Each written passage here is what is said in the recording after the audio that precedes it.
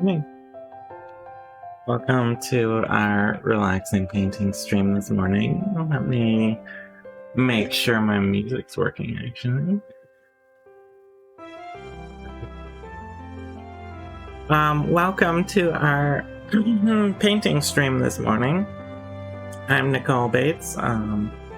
This is our Dice and Dungeons painting stream, and we are going to be working on this big guy today. We have a 4-part sea serpent. Should be finished up today, hopefully. Yeah, and this is a show where we do painting, I guess. We mostly paint D&D figures and set and terrain pieces that we use in our D&D show that is here on Twitch Sundays at 2 p.m. Eastern. We also do just mostly a lot of painting streams. All of the stuff that we produce is on YouTube. Just search for Dice and Dungeons, and we also have our D&D show on our podcast form. Our D&D show in podcast form, coffee, is on our website at diceanddungeons.com. So, while I'm sitting here being tired, I am going to get started, I guess. After I have some more coffee.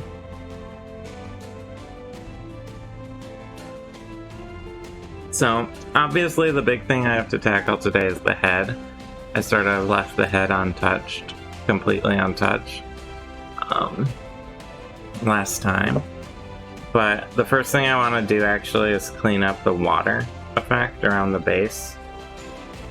That's sort of the first task on my list. And to that end, I will collect my brushes.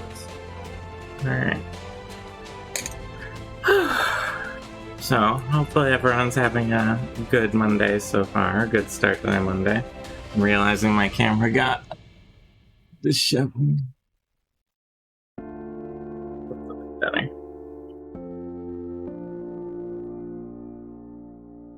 So, what I'm doing is I'm taking my light blue here, and we're gonna see how that goes. We're gonna resize my chat window. Perfect.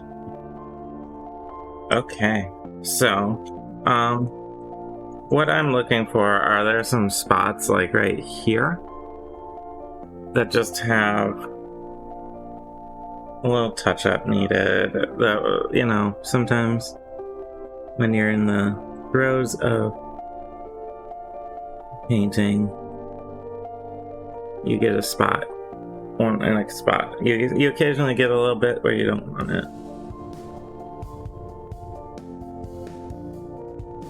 This is just sort of a warming up process for me here. Just get some of this water cleaned up.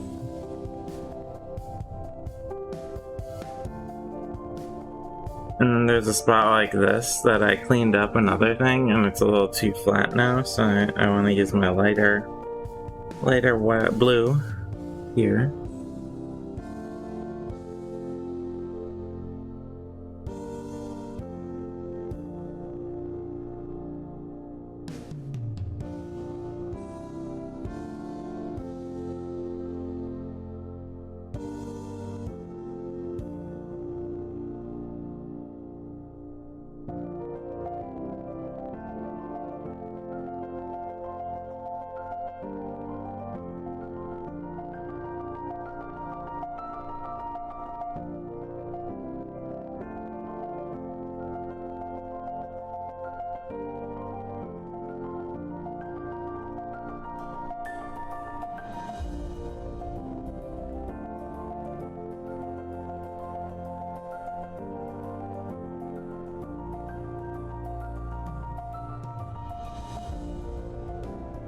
Okay. I'm just gonna go around and do the same on all of the other water bits, because I think they're mostly good.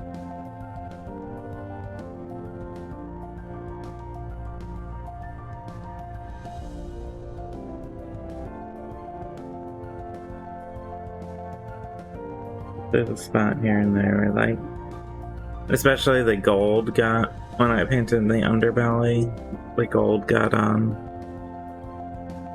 a couple spots.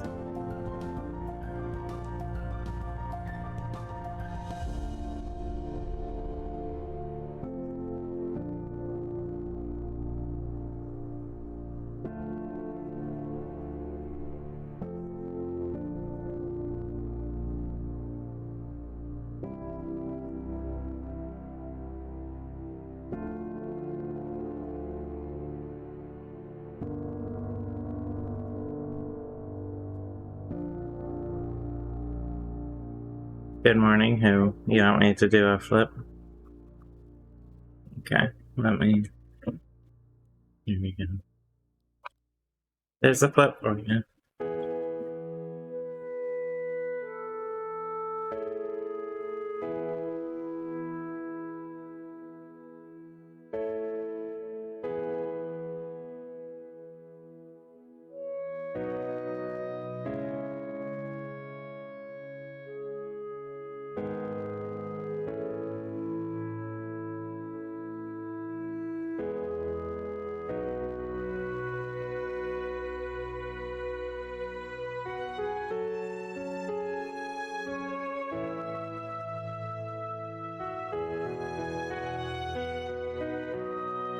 Is Sori a pathological liar?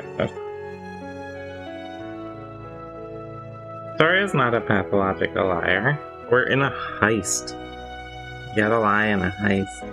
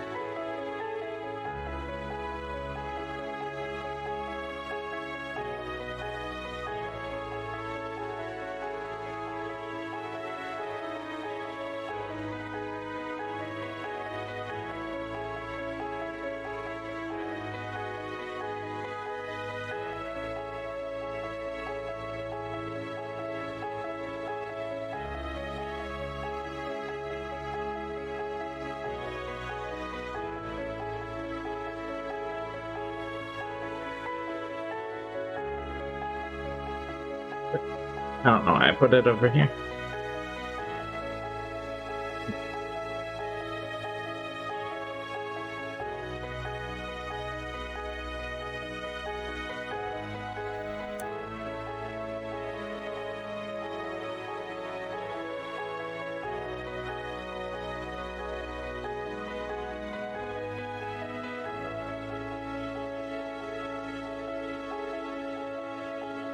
Yeah, Saria is not a pathological liar.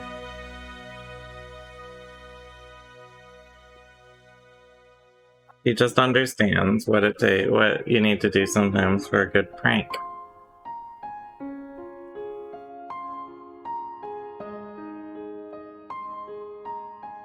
Alright, so now that that's painted in, my big task today will be the head. Exactly. I mean, no, she wouldn't lie about that. So, I'm gonna be tackling the head first. I'm taking a look inside. It looks like the mouth isn't so much, like a black void as like you can actually sort of see the inside structure of the mouth.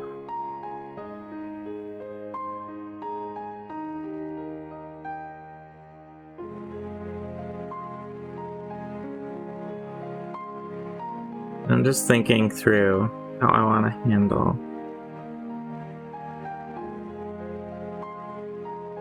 So I think the first thing I'm gonna do is paint the head, the bulk of the head, the base blue, the base coat blue that I used for the scales here.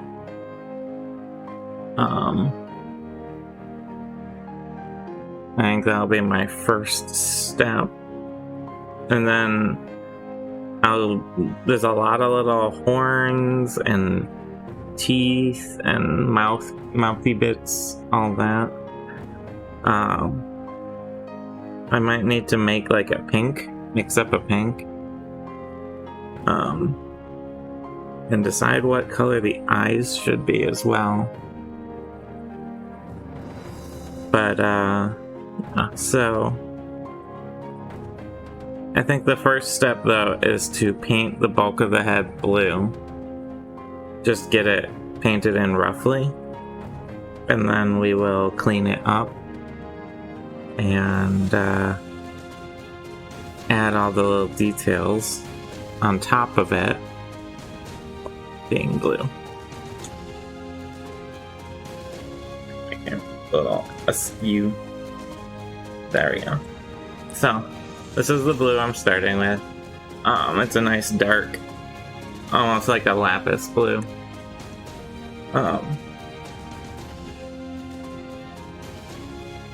We're just gonna paint most of the head this single color, because it will be our base that we will build the rest of the head off of. Make sure my hands don't have paint all over them before I grab the figure. Okay, so the areas I want to be most careful is right here around the throat, where the head comes in contact with the gold scales here. So I'm gonna do that first, actually.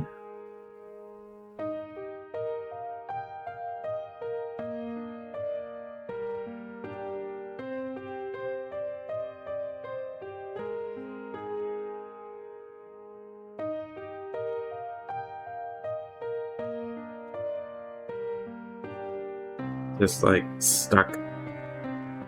Did I get any blue paint anywhere? That was weird. Alright.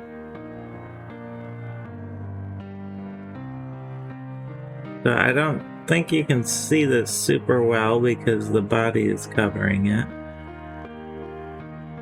But I'm just getting under the chin here. Oh, where the scale, the gold scale comes up into contact with the head.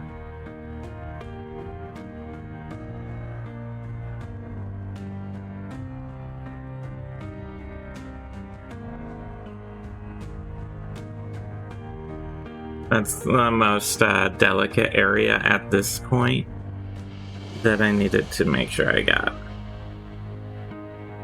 So now I'm just going to simply be getting the blue paint spread over the bulk of the head. And along this ridge here. Along where the head and the gums kind of come in contact.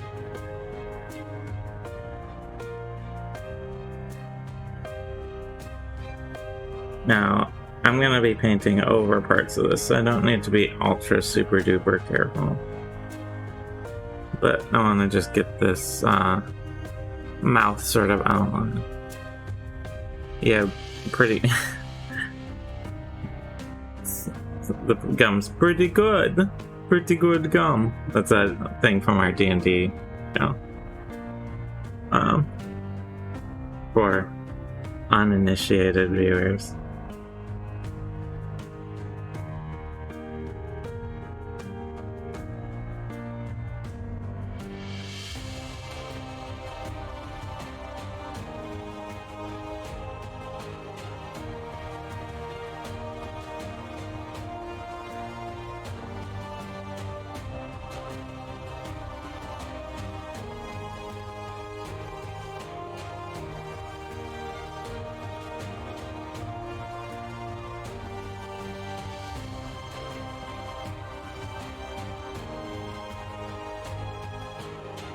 Just getting this base scale around the mouth. And then we'll spread up over the rest. Putting saddles on Sturmgrimmy would be quite difficult. I would have to cut away some parts of it, unfortunately. This will have to be more of a theater of the mind. Also, I don't have saddles readily available, unfortunately. But we can always just sticky tack figures onto Sturmgrimmy. I mean, I feel like Sturmgrimmy is not really a saddle kind of sea monster, more just like just get on and hold on hard for dear life, you know. Why don't I have saddles? I don't know. One should always have a ready supply of saddles, just in case when you're making miniatures.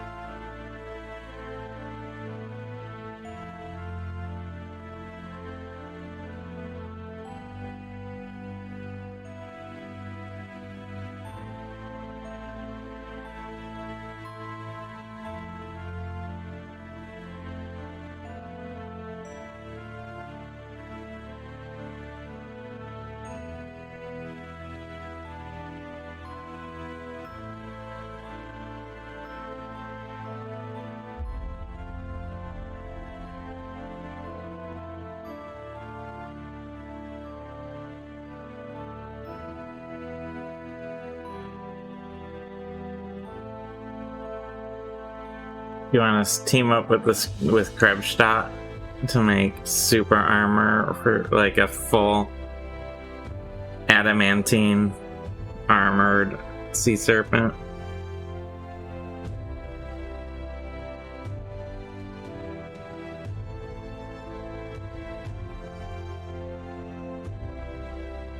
I feel like wearing adamantine in the sea. You saw a crab shark mini? That sounds pretty intense.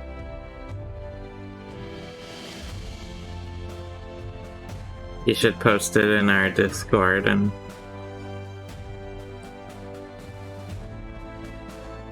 I'll take a look.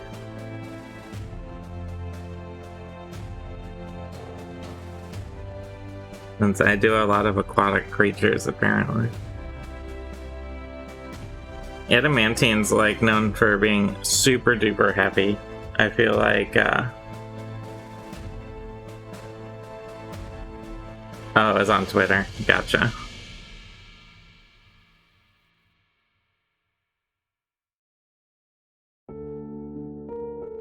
I feel like even a giant sea serpent, if it was wearing enough adamantine, would have trouble moving.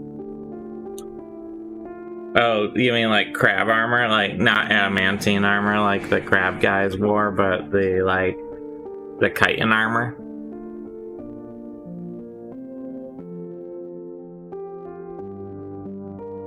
Crab-plated sea monster? I feel like the scales might be hard on a magic sea creature.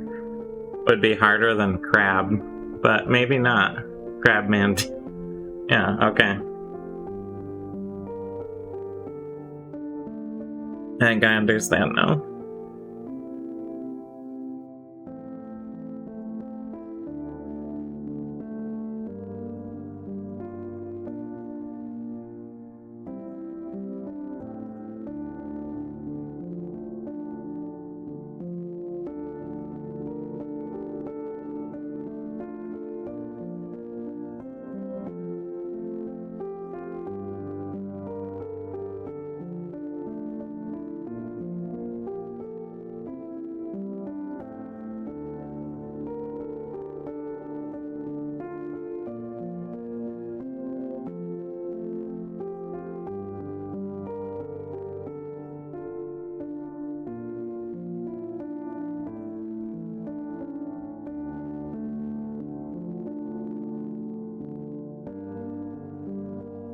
Go back during your work the crab docks for a summer job.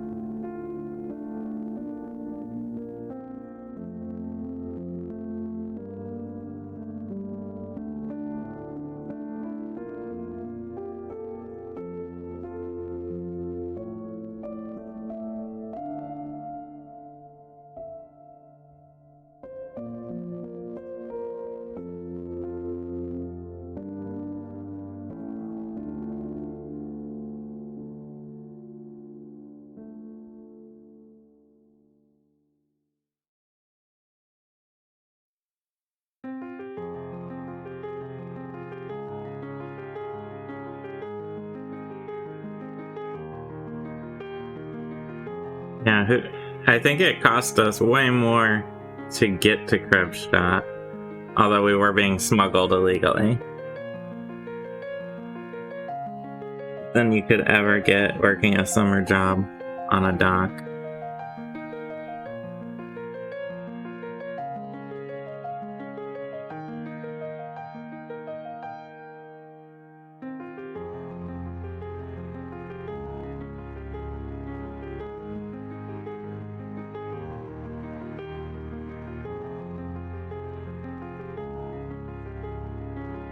The crab economy is more stable. Probably, actually.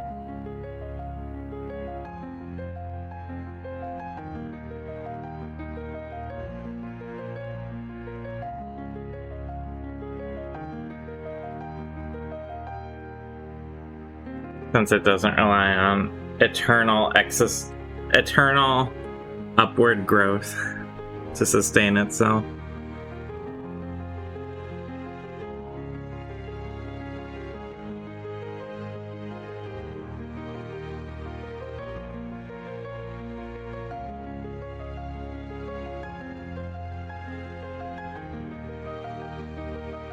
Because in the American economy, it's like, oh, you have a company that earns $1 million a year, but you don't earn more each year. It's just $1 million every year. Your company has no value. They only count value if it's an increase from the previous year. That's what a lot of the mentality is like.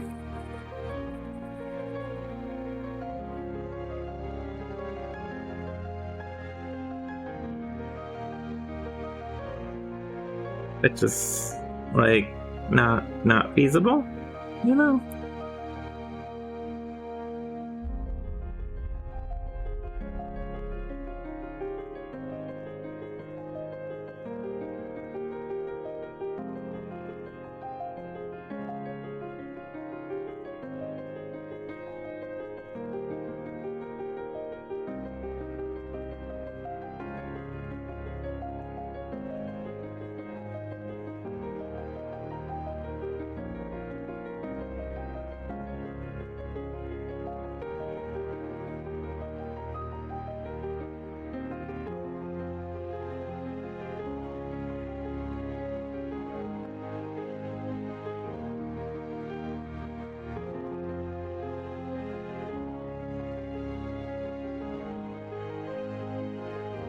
Grimmy doesn't haul a sea train by the end of the series. Is a sea train just an underwater train? Like a train that's underwater?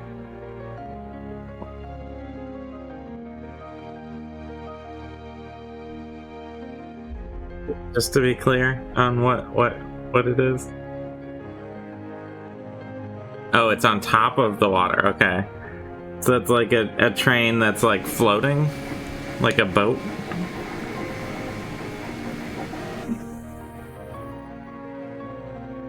Like a legally distinct from a boat train?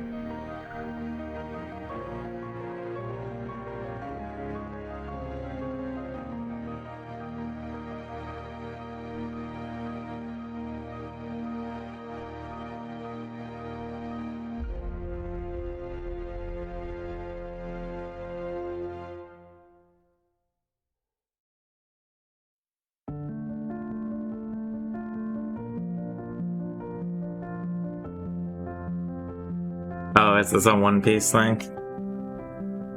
A sea train?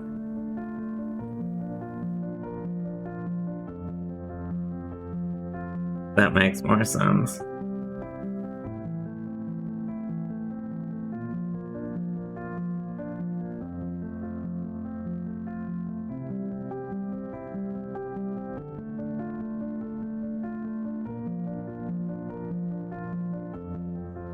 Dragon Ball is a One Piece. I have never watched anything One Piece before.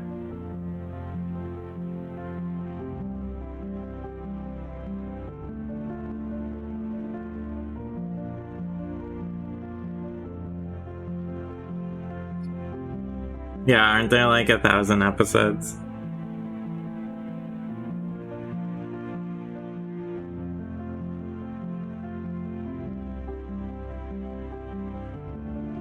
I have people be like, you have to watch this like 2-hour movie, and I'm like, I'm not doing that.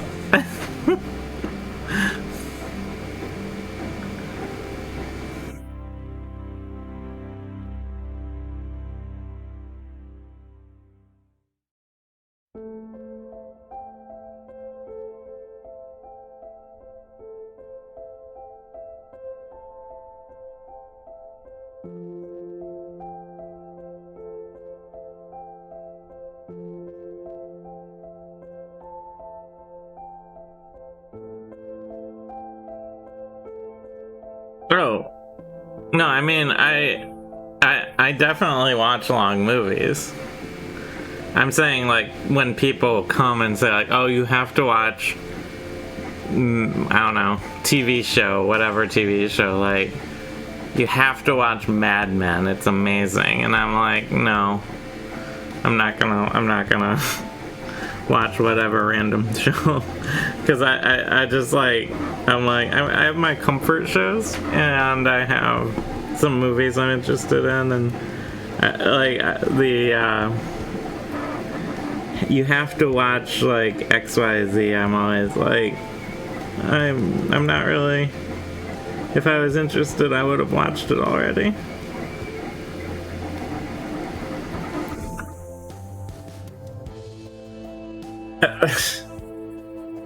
Don't disparage.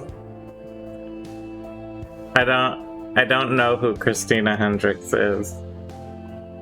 Who is that? Is she an actress?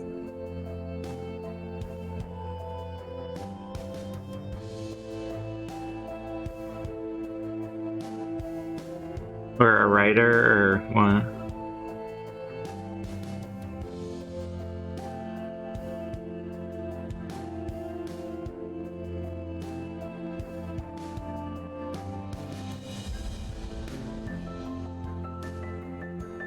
What do you mean?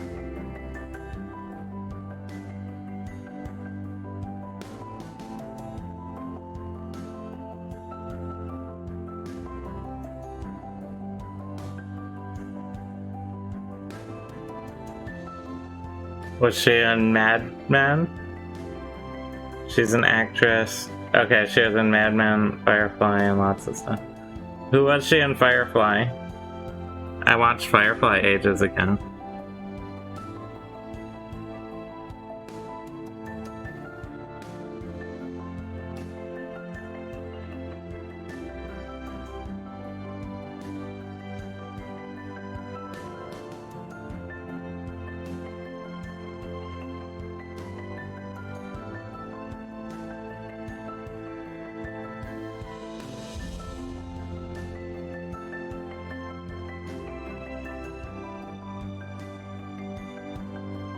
Yeah, Firefly and Mad Men are the same show, right? Like, Firefly is a prequel to Mad Men.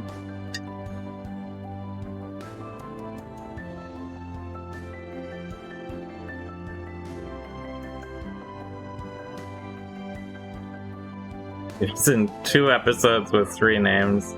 Okay, I probably don't remember her then. I'm sorry.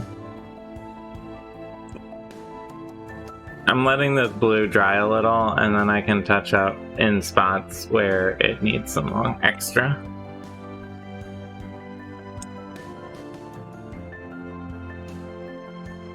Okay. I'm gonna Google this person and see if I recognize them.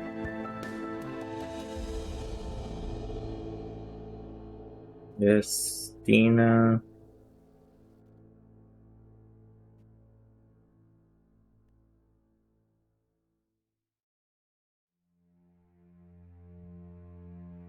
Okay.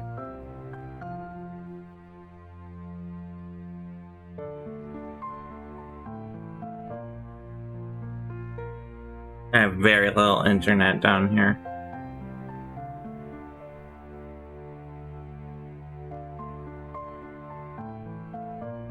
So this might not work. The only reason the streaming works is because it's plugged in with Ethernet.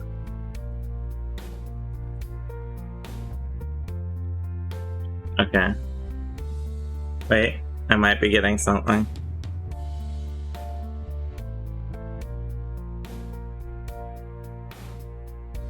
I have a Google page that's not quite loaded. Christina. Okay.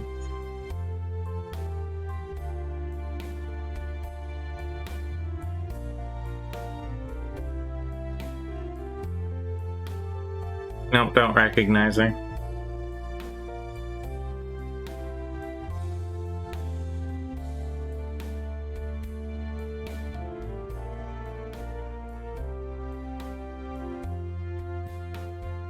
I'm seeing if she's in anything that I would recognize her from.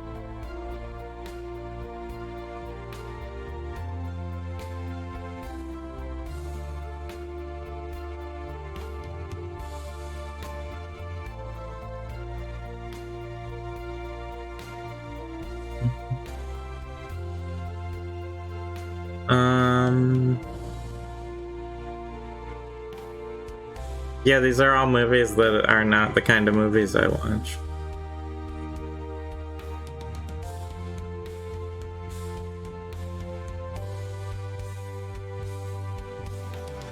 So, I'm sure she's good. Never seen Netflix series Good Girls either.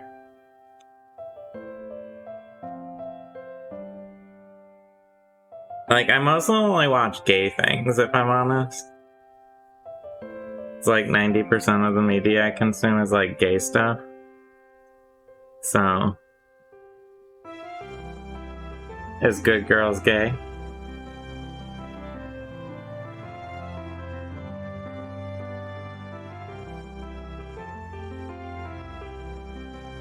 Yeah, Owl House is gay. Good Girls is a little gay. Okay, I might try it then. Yeah. Owl House is gay. I'm sorry to break the news to you.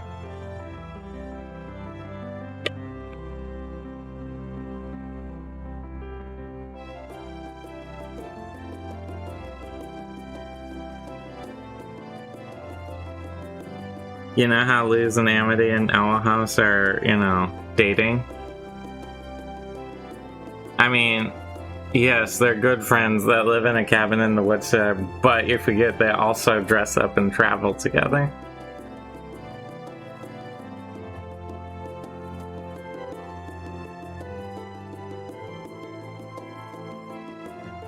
And I've never heard of anything gayer than dressing up and traveling together.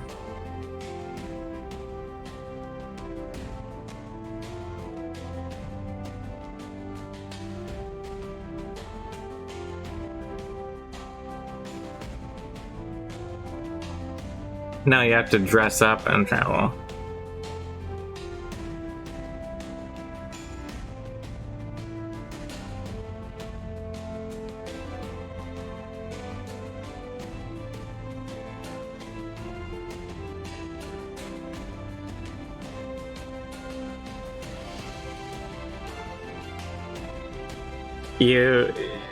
I mean, I know it's a joke, but like, I can't count the number of times when me and Lexi are like out doing things and people go, "Oh, you're sisters," or Oh, it's nice to see friends traveling together like that. Like, we had one time we were buying like tools and stuff at a hardware store, right? Okay. And we were checking out and we were like, yeah, we're doing some work around the house. And she was like, oh yeah, your sisters? And I'm like, no. And Lexi said, no, we're married. And the I got to get food with Alexis, and a single check is delivered straight to your face. Yeah, exactly. It goes both ways, doesn't it? Lexi said, no, we're married, and the cashier was like, oh, your sisters-in-law. like we were sisters-in-law buying things to fix up the house together was the next possible option when we said we're married.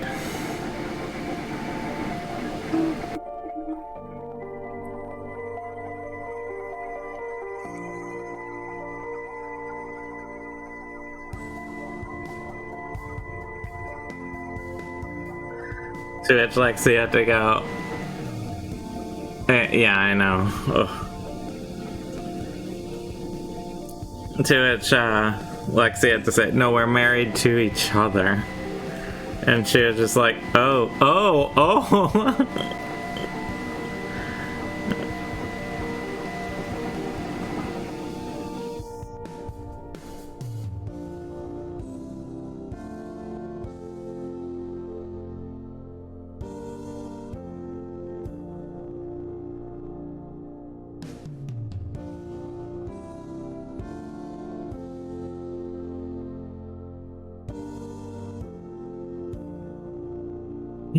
Yeah. I think Lexi is doing a post about that today in lieu of the normal Wednesday post, actually. I think she said that was her plan, or Monday post, not Wednesday. I think that's what she said she was planning to do about the SCOTUS thing. Oh boy, yeah. We were on Saturday, we were doing petition signing. There's in Michigan here, there's a petition to put on the ballot the midterm ballot a constitutional amendment for the Michigan Constitution to put abortion rights in the Constitution directly. So, if that gets enough signatures and then people vote it in, it'll be like the voting rights and the weed and stuff that we put on the Constitution last time.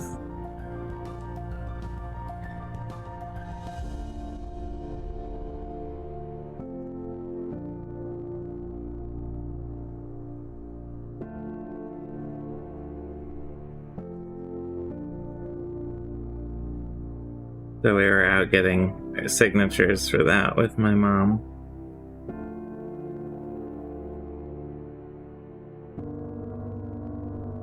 Saturday.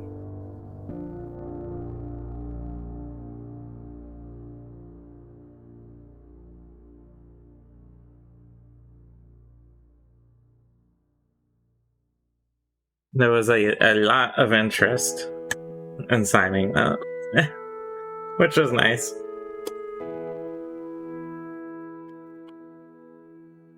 Okay. Close up this bottle for now. So this is gonna dry a little, but here's my blue base coat for the head. I need to get the mouth. I'll probably do the mouth in a pink. Yeah, it really does. But I also have all these like horns and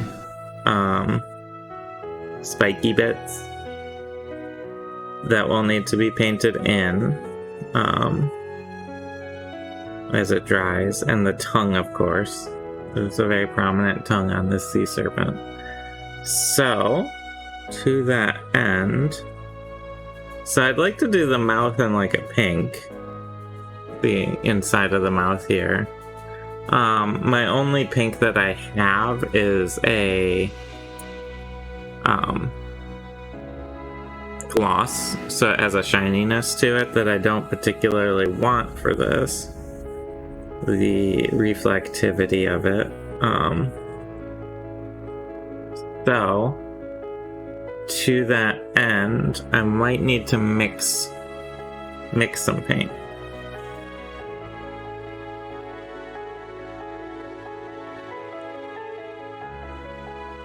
The danger of mixing paint is that you might not get the same color the next time you mix it. Unless you're very precise.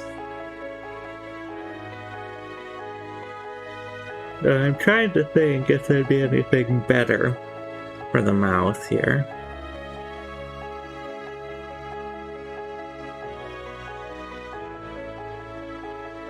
You can see a side-by-side here of what the base blue looks like and the blue with the prismatic color on it. On the scales. But what I might do is work on the horns a little bit, actually. I'm gonna do those in ivory. And then give them a wash later.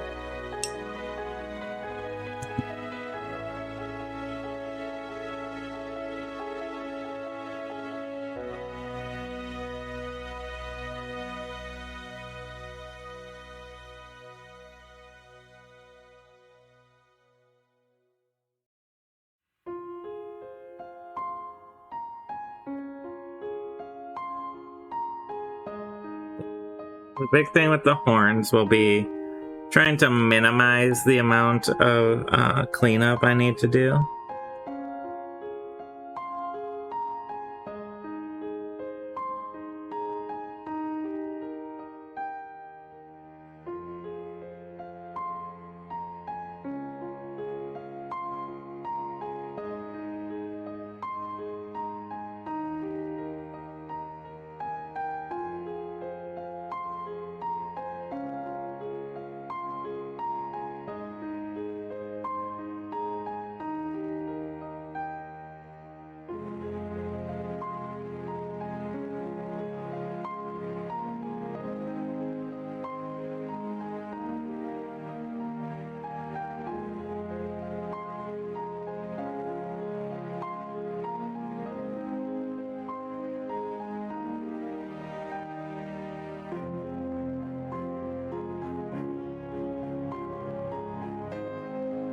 So I'm trying to just make sure the line is clean.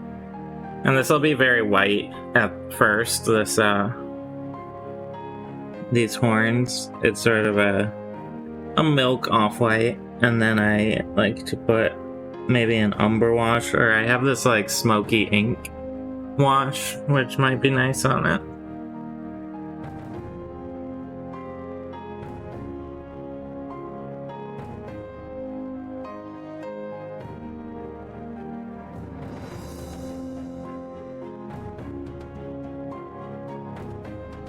Yeah, it's not too bad on the horn there. So now we just go up the horn and get the rest of it painted.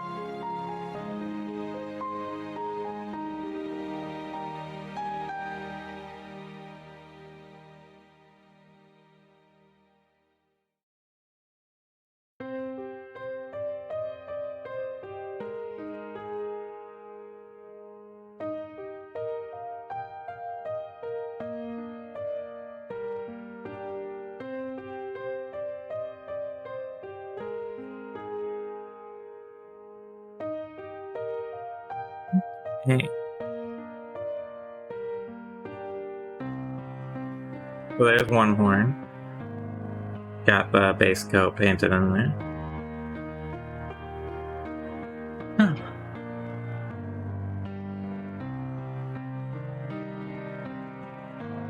Want to do the same, hopefully, on this horn.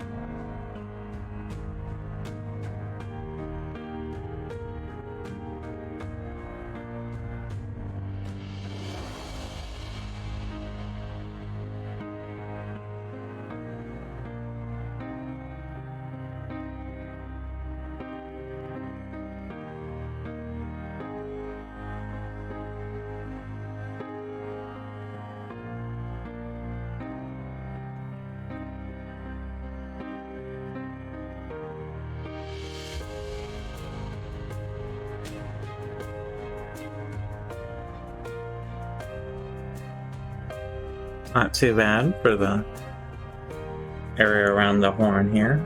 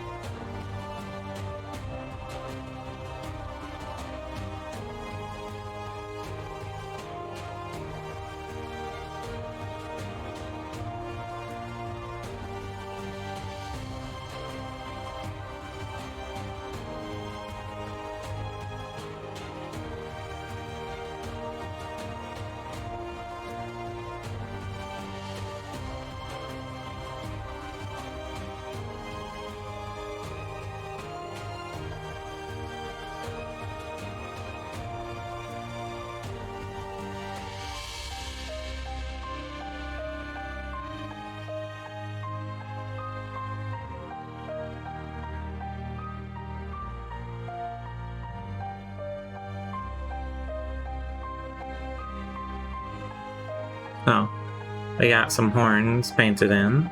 You want waffles? What kind of waffles? Regular?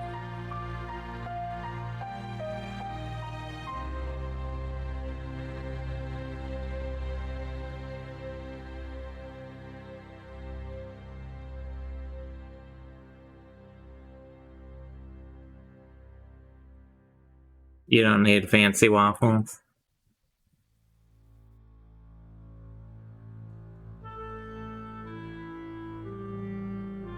Just a man of simple tastes.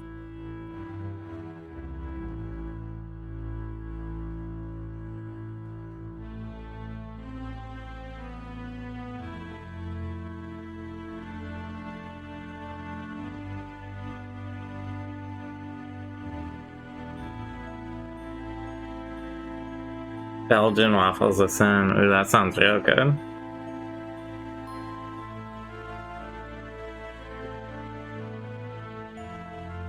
I had a bagel for breakfast, and that sounds like worth having a second breakfast for.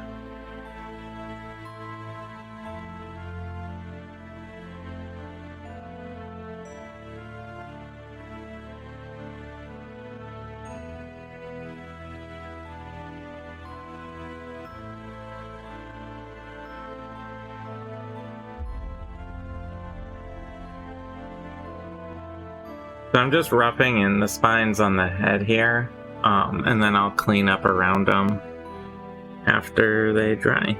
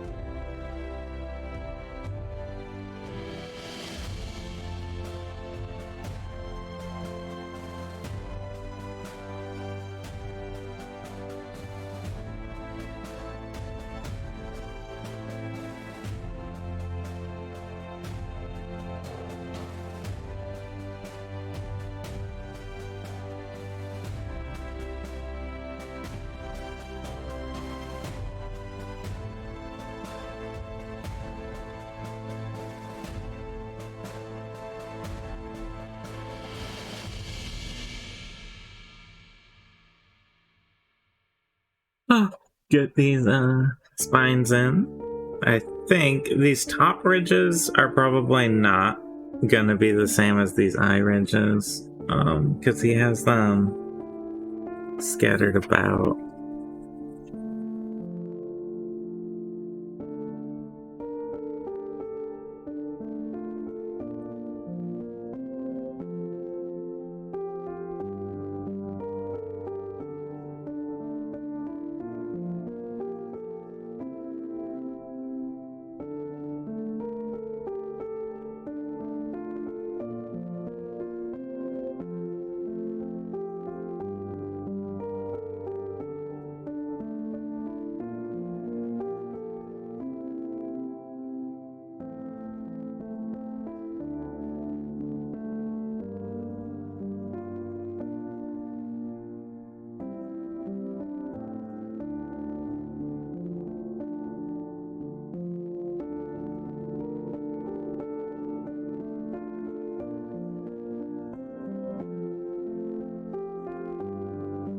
I feel like the pancake versus waffle debate is always just answered by both at the same time.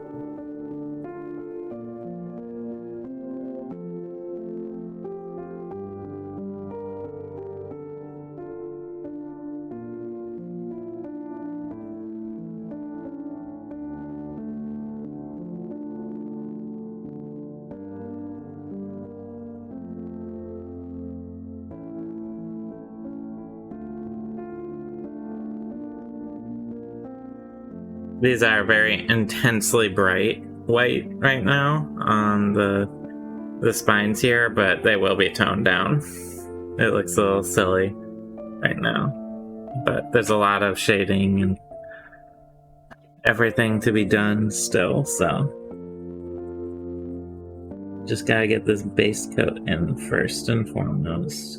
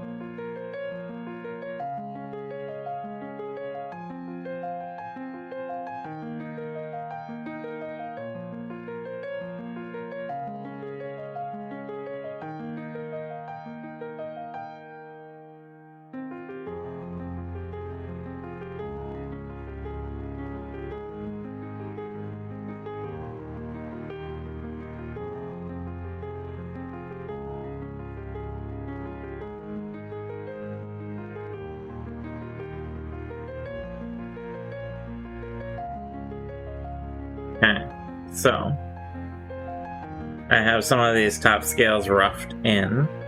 We're slowly building up the head, a little layer at a time sort of situation.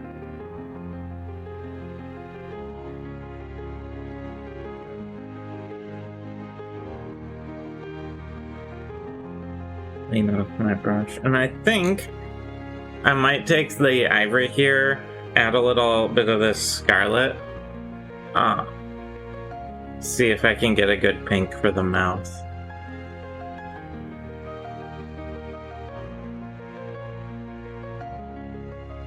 This bottle of scarlet's almost empty.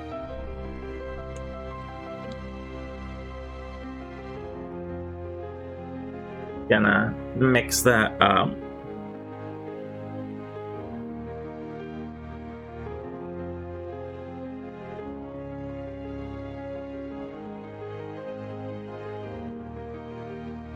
To get a nice sort of pinkish red that will serve as my interior mouth.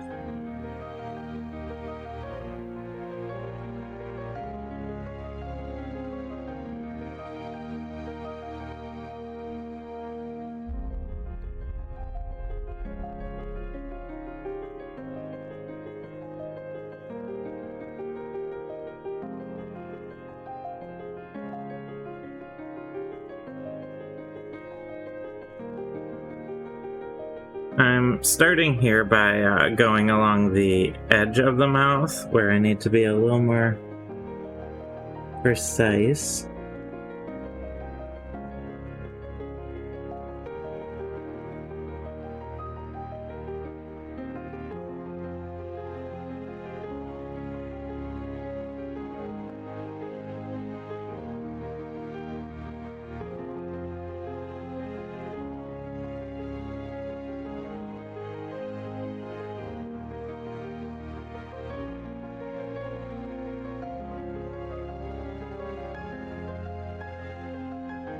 As you can see, hopefully I got the sort of reddish pink that we will be doing the mouth in.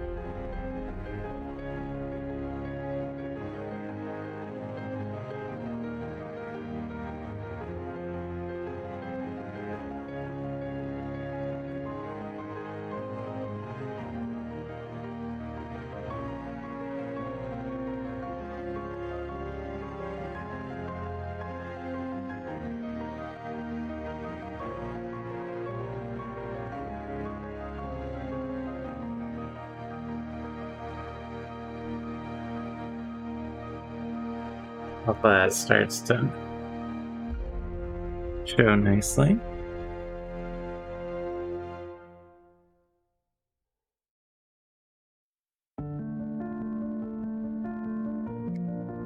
And I will have to do the teeth around this, I am aware. But I want to get the base coat in here.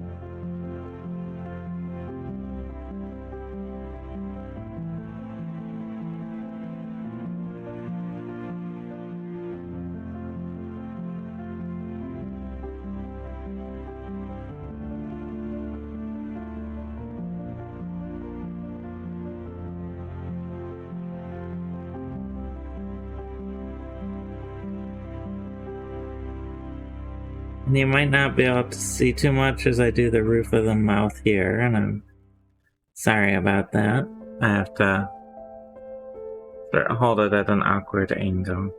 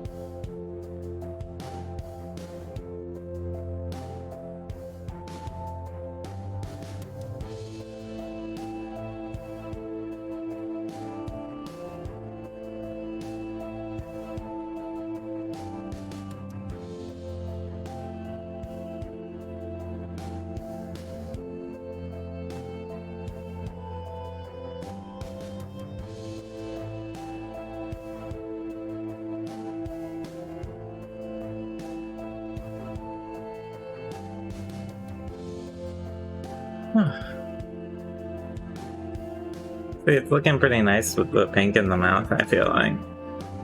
I'm happy with how it's turning out.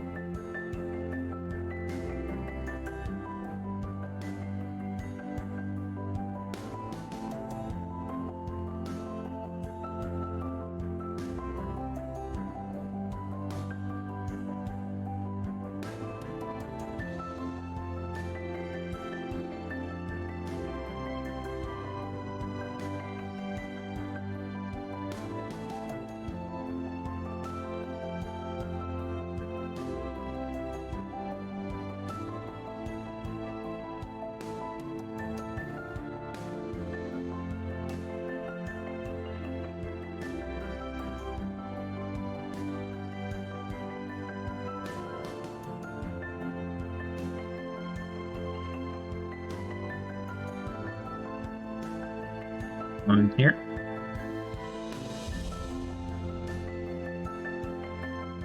The tongue will be a little tricky, but I want to get the base in here before I go tackling the tongue, because it'll be even harder to get to places like the back of the throat later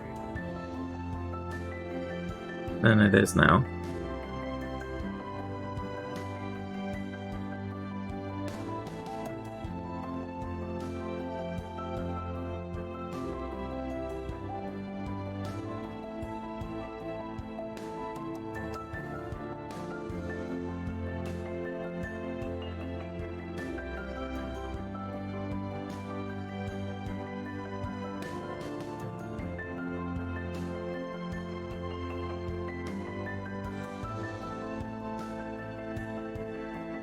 There we go. So that's the pink inside of the mouth roughed in. There. Give that a second to dry, and I will probably try to get some of the tongue painted in, and some of the teeth. Probably using a smaller brush. But we'll see.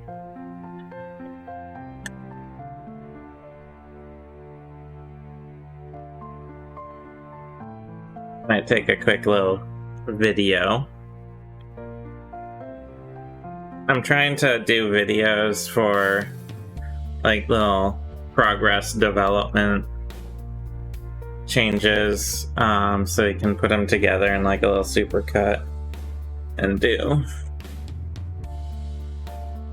sort of a, so give me just a second while I film it, do sort of a time-lapsey thing.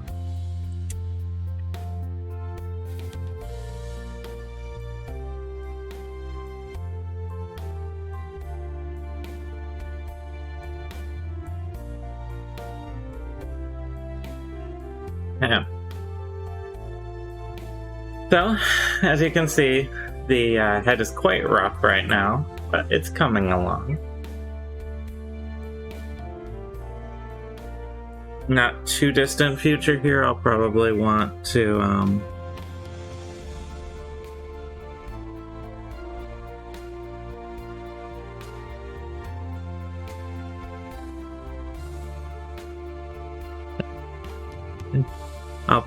to give the blue its prismatic sheen before I go too far with the detailing, because I have to sort of do a dry brushing, which isn't always the most precise. Just doing a little cleanup on the gums here. Alright.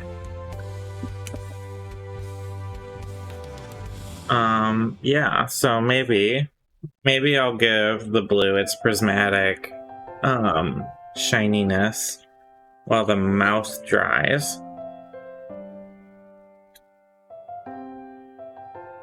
When it's done using this nice, I have a big old thing of, it's a pearlescent paint. A little. So, I'm going to be trying to make this blue match this blue. So,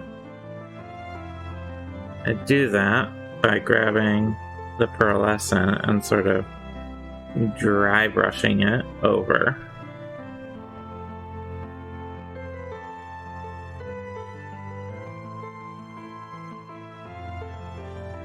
And this is not an exact science. It's just what looks good.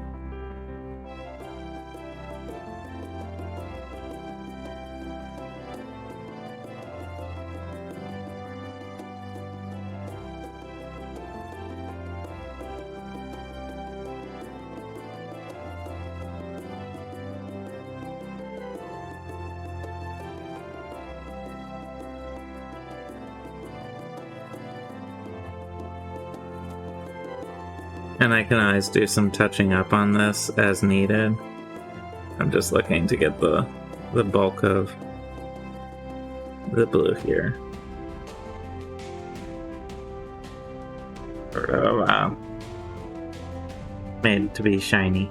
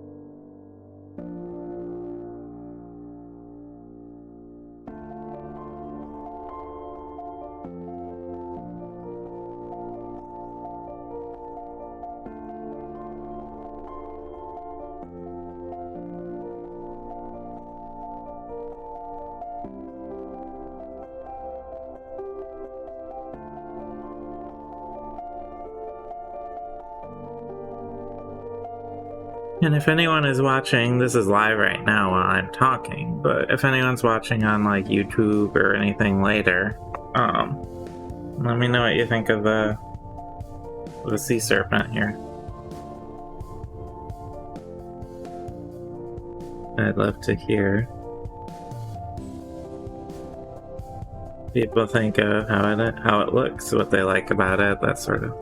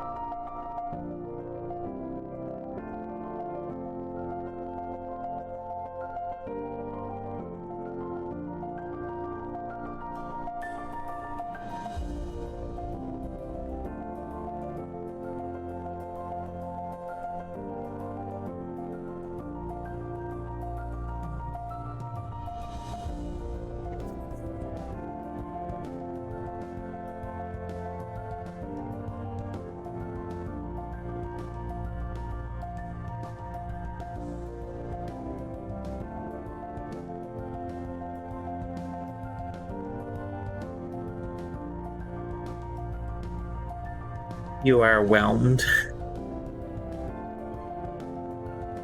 Is that like not overwhelmed, just whelmed?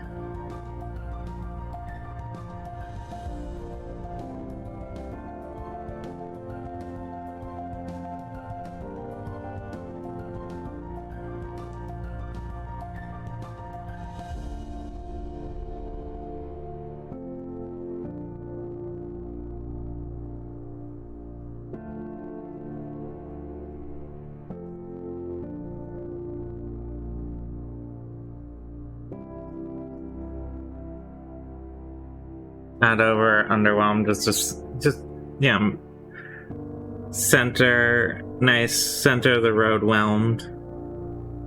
That's a good place to be, I think. You never want to be an extreme of something if you can help it. Yeah.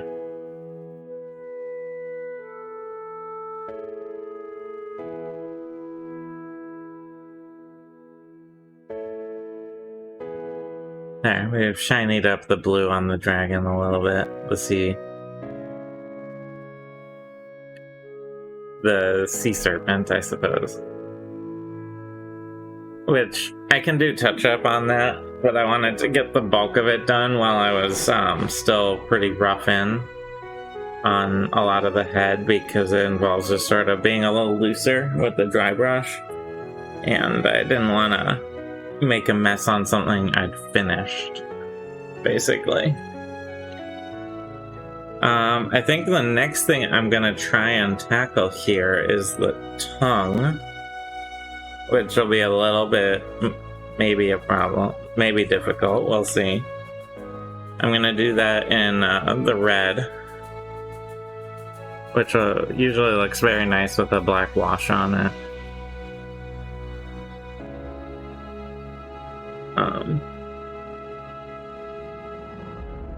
The big thing will be trying to not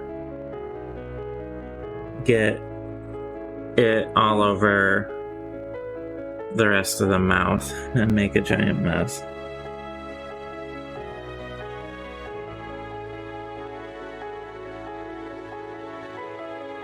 And it might be a little hard to see while I'm doing it, because I just have to get the right angles and everything.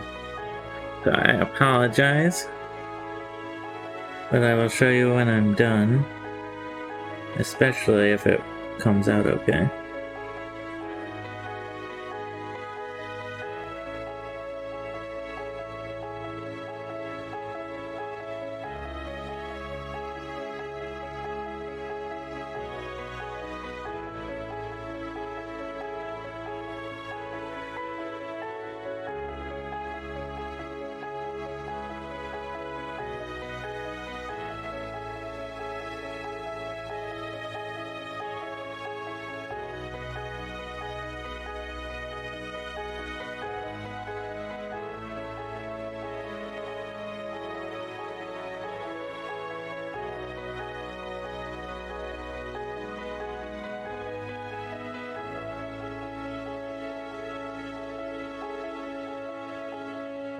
I'm sure you guys can't hear, but from the sounds of it, it sounds like our puppy is annoying the hell out of Lexi, because I just hear barking all non-stop. I'm sure Lexi is not at all annoyed by the constant barking at squirrels that's happening up there.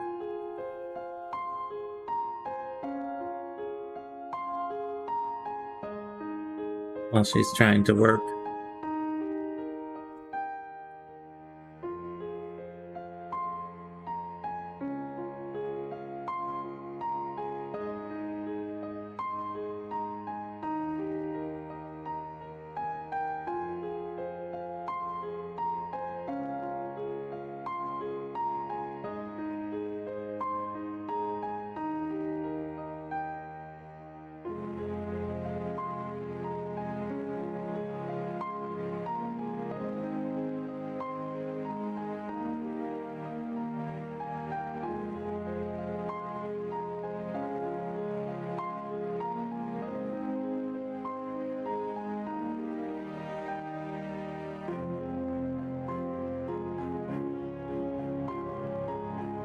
There.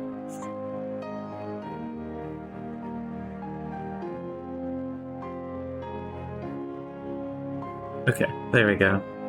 There is the tongue roughed in. There's one spot in a very tricky place.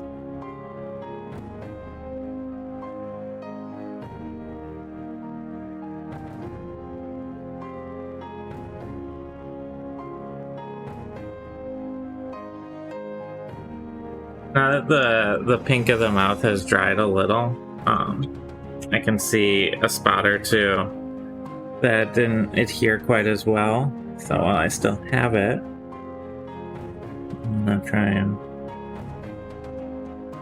get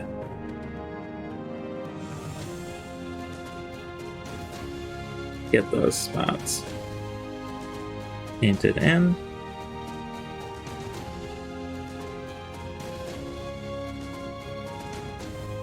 Okay. Spot.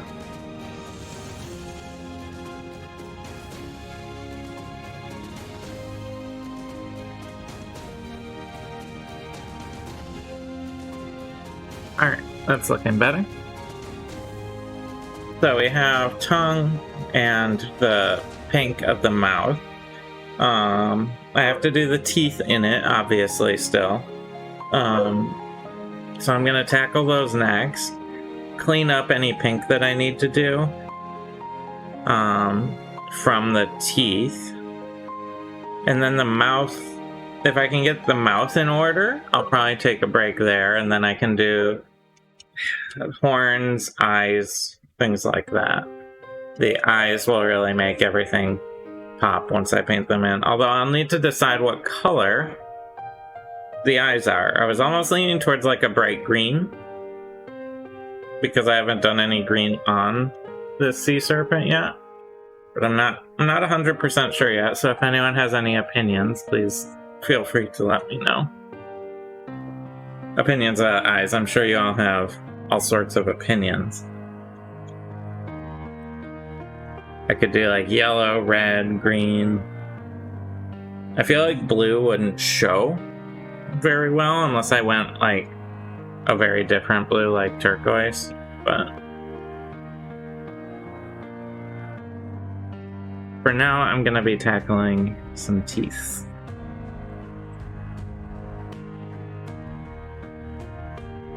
And hopefully not making too big of a mess.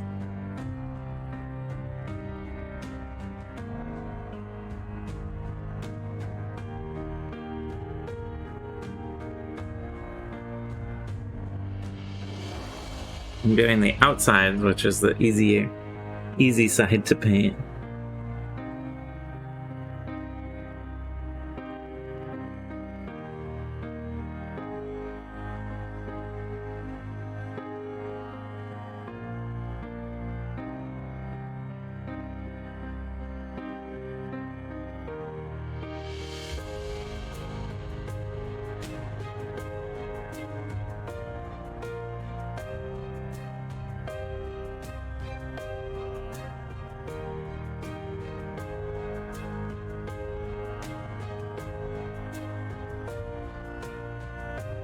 But yeah, the teeth help the mouth, how you read it, quite a bit.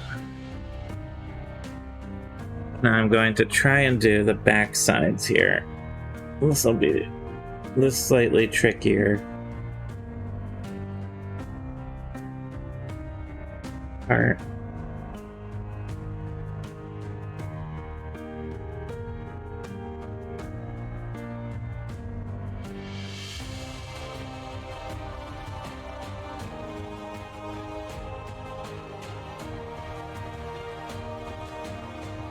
Okay, there is one bank of teeth put in. I have to do it 3 more times? Yeah, 3 more times.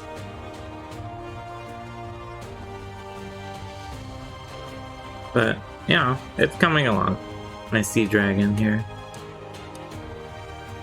Little by little.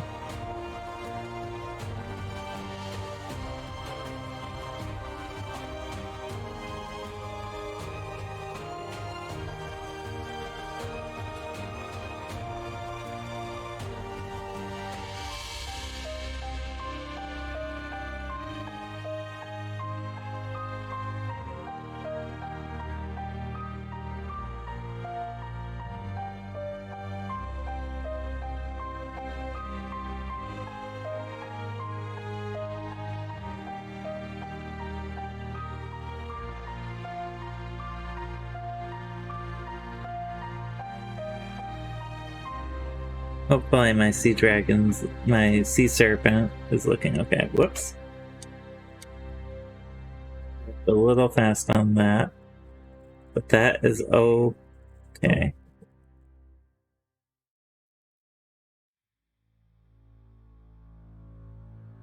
I splashed a little on that tooth and the back tooth. But that's pretty clean upable.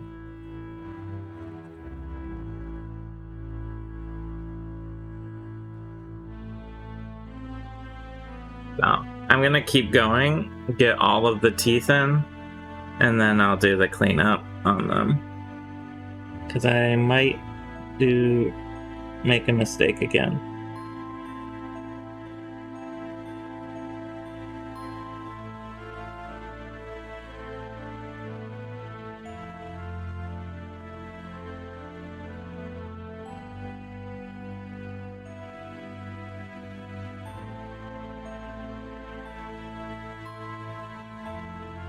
And it looks like I have to get a little bit in between these teeth anyway with the pink.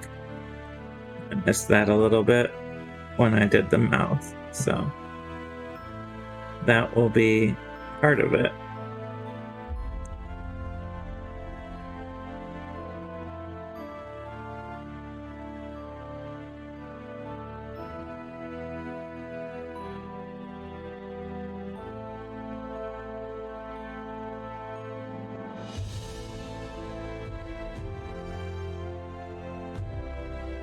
These are very tricky to get to. These ones under the tongue here. Trying to be very careful. Oh, alright. That is 3 of 4 banks of teeth painted in here. Now for the last one, and then I'm gonna take the pink and clean up a spot or two here.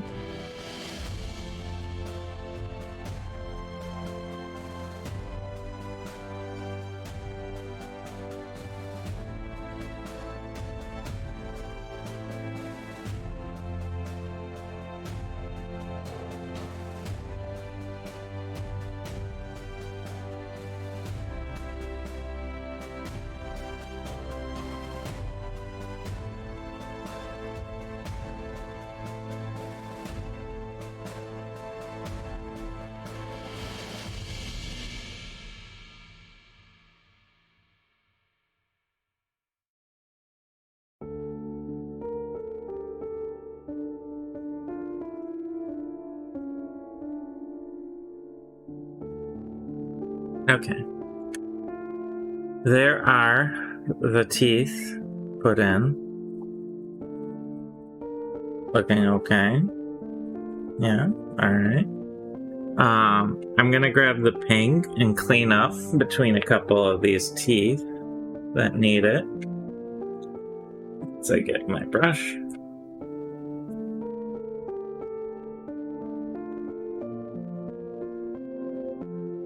Okay. These are the big spots here.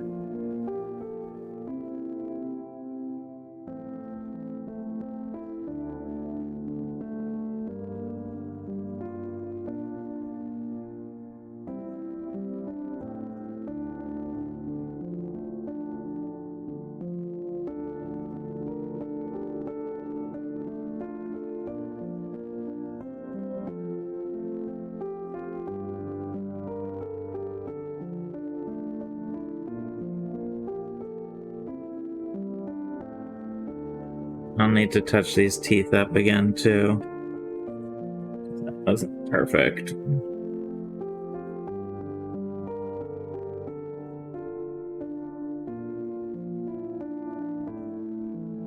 But we're inching towards being good. And I went a little too far over. Oh, hi Vivian, how you doing?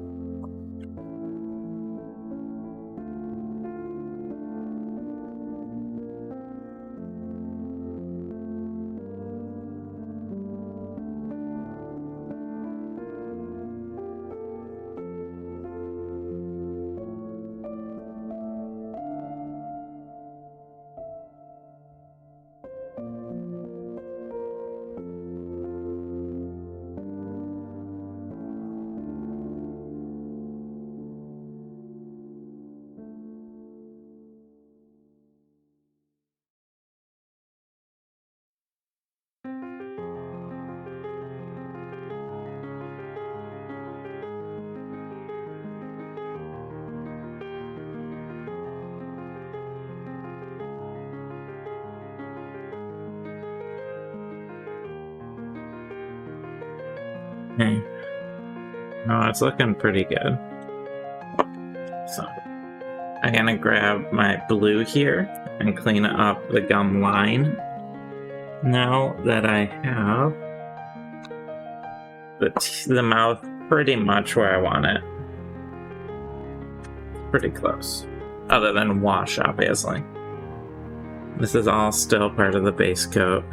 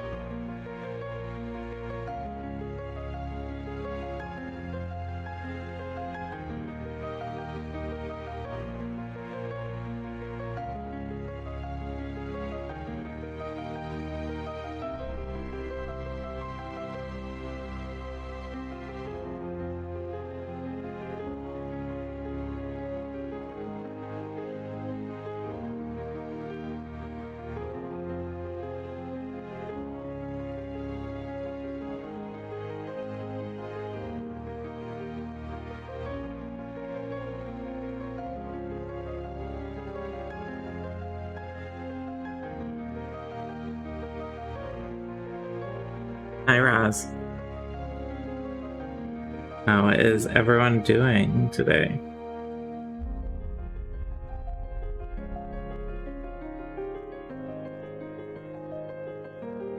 Hopefully, we're having a nice, relaxing morning painting.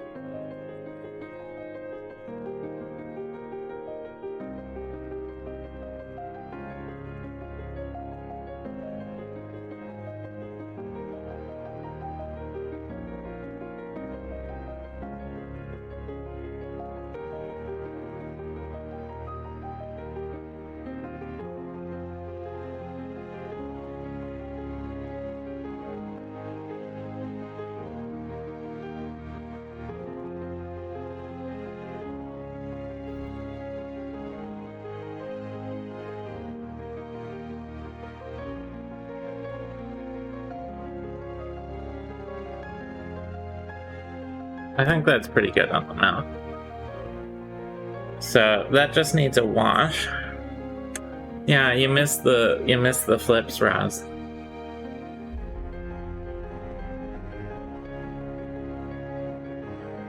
I don't know what to tell you.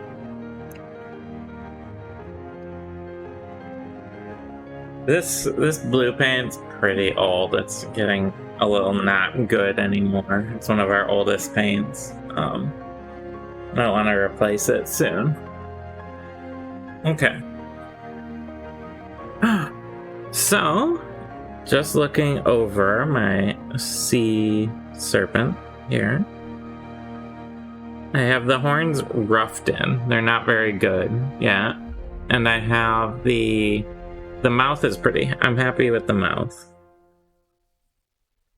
I want to let that dry before I put any wash or anything in it. So the top of the head will be the second half here. What I think I'm gonna do is paint in the eye color before I take my break so that everything has some time to dry. And then I'll go in, clean a lot of these horns up, and they'll all get shaded in with a wash later. But I think the mouth and the bottom jaw are all looking alright for what I'm looking for. So the top of the head will be the second half of the stream. I'm just going to paint in, roughly, some eyes. And I'm going to do this bright green, I think.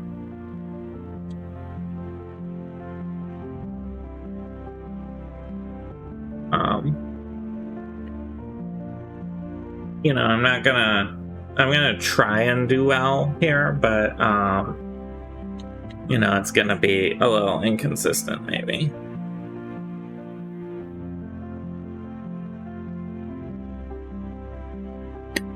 That's okay, because I have to do cleanup here, and it's easier for me, at least, to come back over with the blue over the screen after I've gotten it down into the socket properly. So, thank you. Yes, he's coming along all right, I think.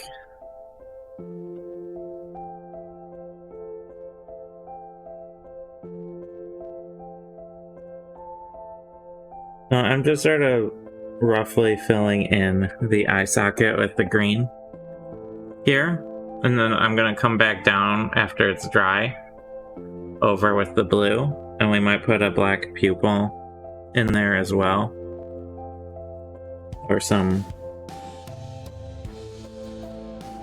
color of pupil. But there, get that rough green in where the eyes are. So, coming along, not quite there yet. The horns are very white. Those will be toned in once I get everything in place. Yeah, so I'm gonna let this dry, take a quick break. I know it's a little earlier than my normal break, but I wanna let the paint dry before I move on to the next thing. So stick around, I'll be back in just a little bit here. Thanks for watching so far, everyone. And I'll see you soon. If I can, there we go. See you soon.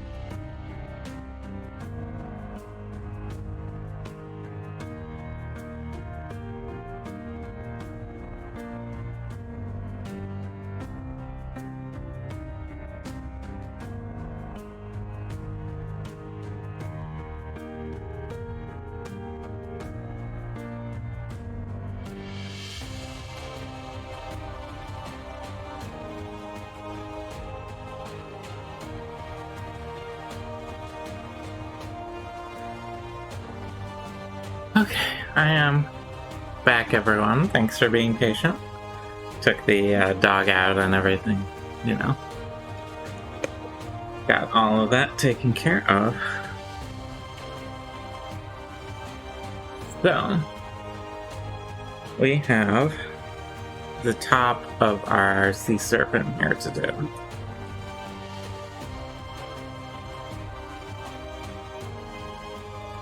So, just looking him over,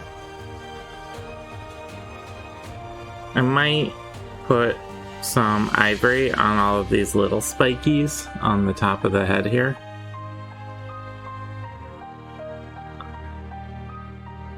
And then I'll have to do a whole bunch of cleanup around that blue. With blue will be sort of the process we're looking at. I have the eye color, the green. Hopefully it's nice. Well, if it focuses.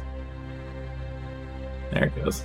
So I roughed in the green around the eyes, and that'll need to be cleaned up as well. I'll probably also stick a pupil in there. Although, now I'm looking at it, the green doesn't show very well against the blue, so I might actually quickly here rough in yellow. Because I'm thinking yellow eyes with like a black reptilian pupil would be pretty nice. So, to that end, and this yellow is very intense, but it's pretty translucent, so it might take a coat or two. Oh yeah, like the kitty Hydra. Yeah. That is sort of the energy I imagine Stormgrimmy having.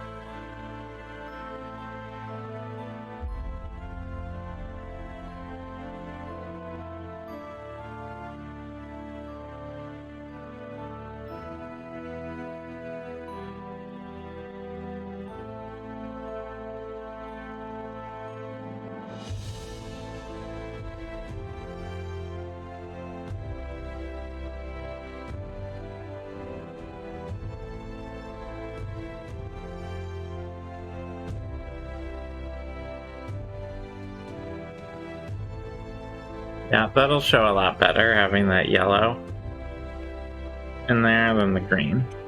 So.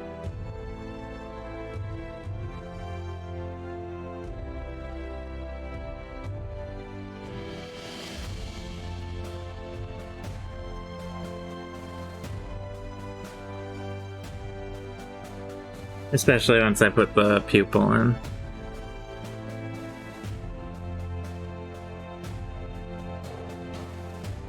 So I'll need a minute to dry before I do any cleanup on it anyway. But that's sort of the base color that we're gonna have.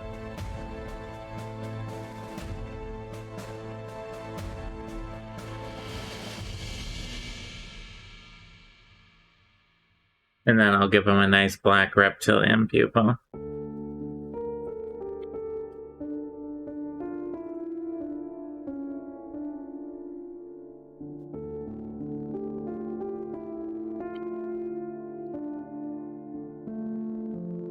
Okay, so I'm going to be working with the ivory for a little bit here, getting the horns cleaned up. And then once all the horns are cleaned in, I'm going to clean the edges with the blue. Will be sort of the order that we go in. As we work towards finishing up our sea serpent. It's looking fairly fancy right now, I think. And then, of course, the last step is going to be a wash. And I'm going to be washing everything. It'll bring out a lot of the texture and tone in the body. and the head and everything like that. Might not wash the water. But yeah. So I'll get to it.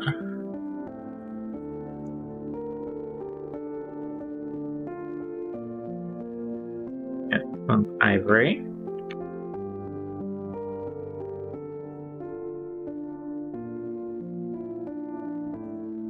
Alright, so our goal here is to clean up all of these horns and get them ready for wash. But also, then we're not going to worry too much yet about the where the blue is. You know, I won't try and make a mess intentionally, but the blue comes in to fix it later, to clean up later.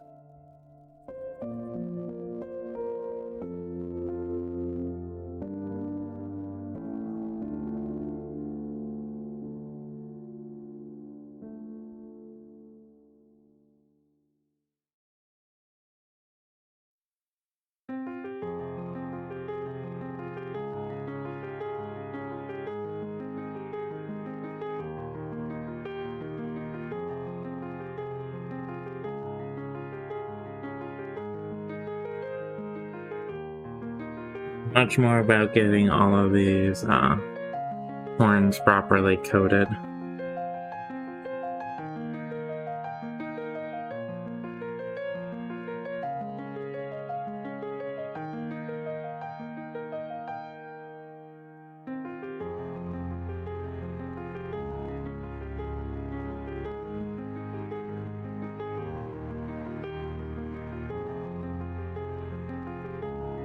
And then we have these little spiky bits on the top of the head that I want to start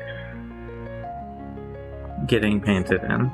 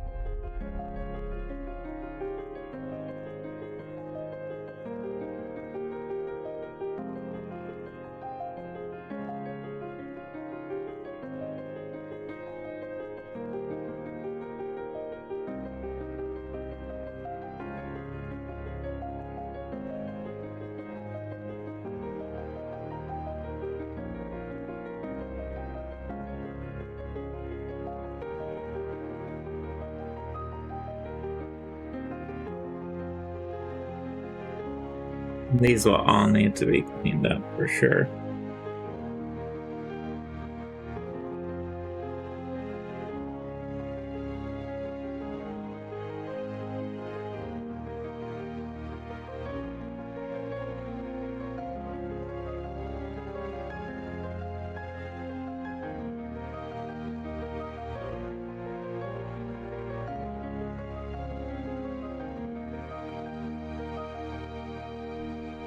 But get this little top ridge painted in.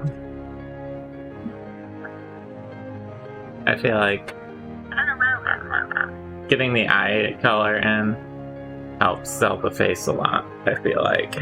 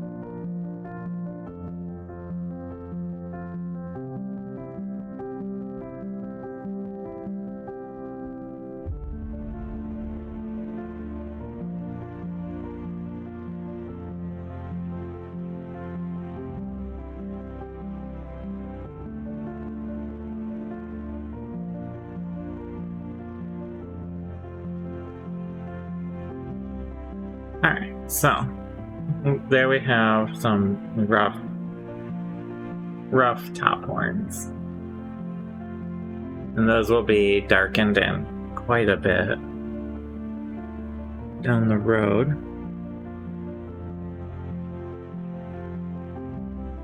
Do a little more cleaning up on that.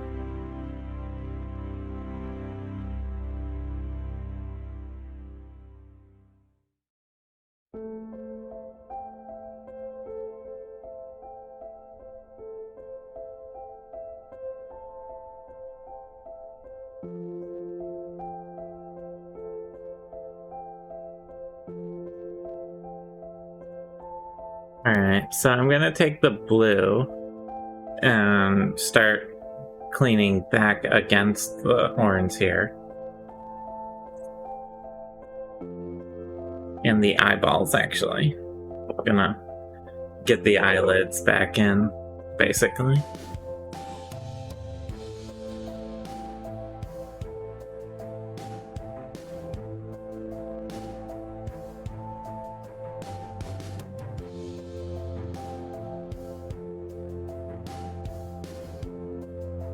I could get this open. Actually, before I do the eyelids, I want to get the pupils painted in. Because those might go over. So, to that end, I'm going to just get my black paint out. And my goal here is just a tiny slit, sort of reptilian eye.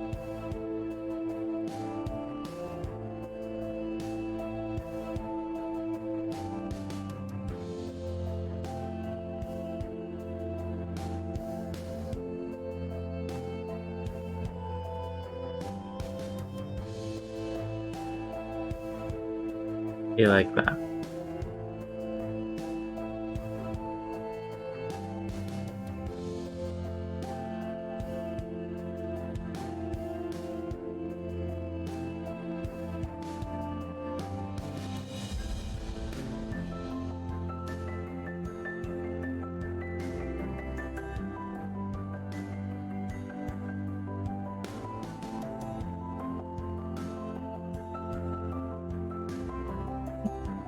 So those eyes will be a little less cartoony.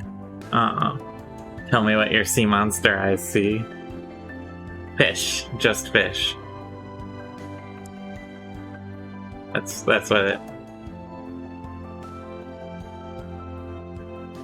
Really? Am I allowed to ban people from chat for puns?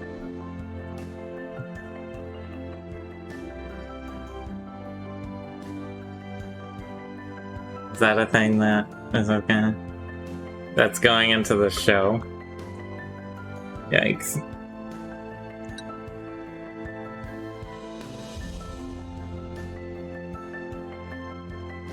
Okay, so trying to move past that emotionally. You're gonna use that for Atasha's hideous laughter sort of joke, probably. I'm gonna clean up all of the horns around the eyes, around the head, and then I'll be cleaning up and going down the eyes a bit to get the lids back over them. No magic needed.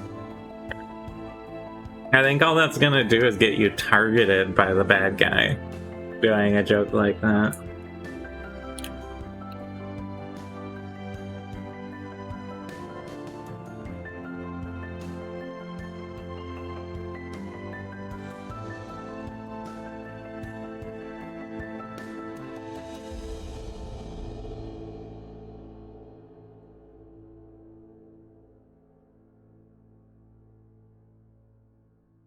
Might initiate PvP.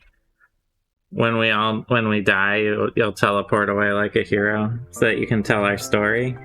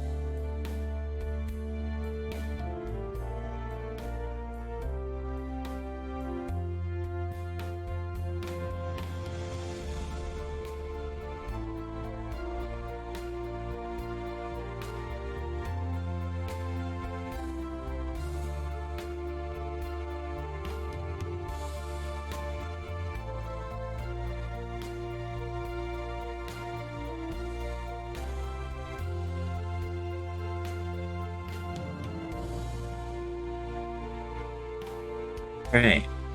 So, just slowly cleaning up the edges of all these horns. And then they're gonna get a nice darker wash on them.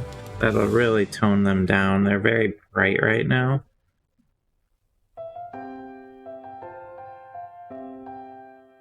Gonna give them a nice wash to get them a little toned in.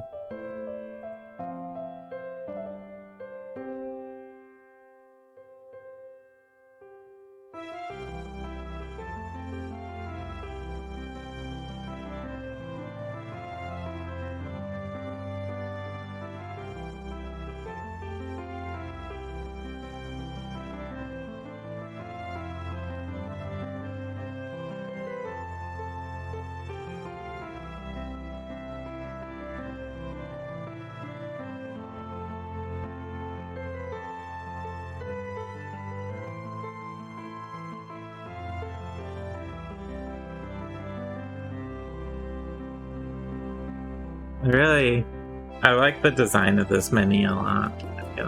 I gotta say, it has a good classic sea monster look.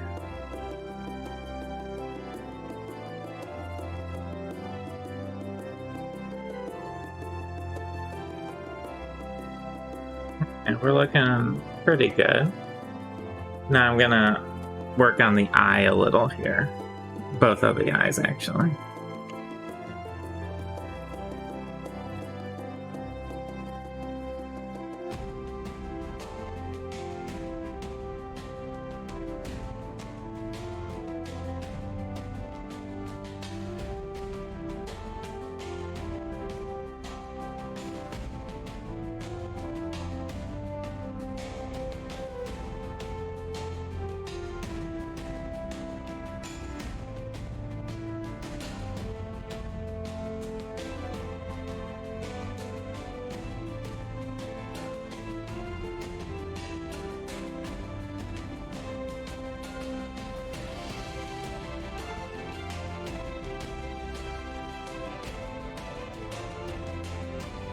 Does Sturmgrimmy have any friends that aren't in the party?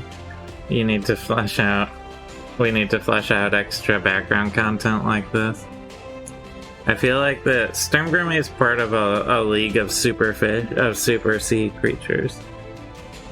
You know, it's like Sturmgrimmy, the Kraken.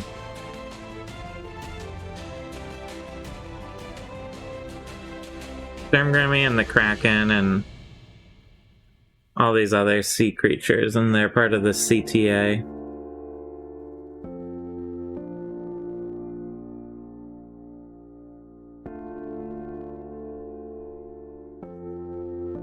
There, that eye's looking a little better than this one.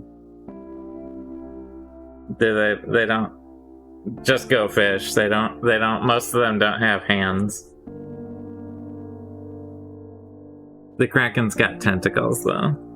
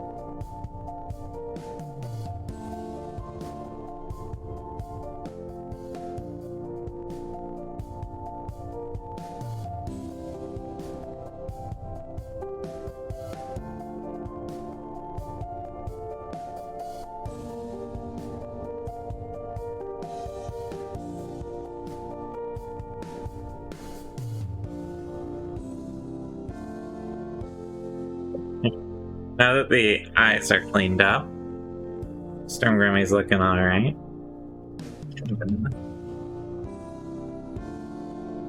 Get the cap back on here. I'm gonna add a little more of the pearlescent blue back in. Some select areas.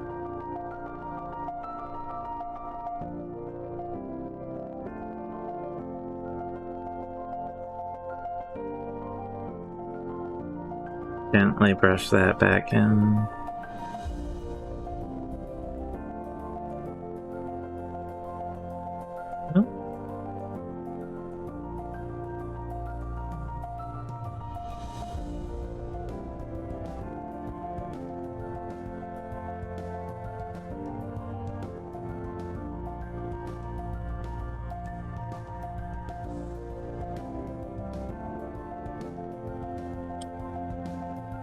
Any bit of touch up on this horn.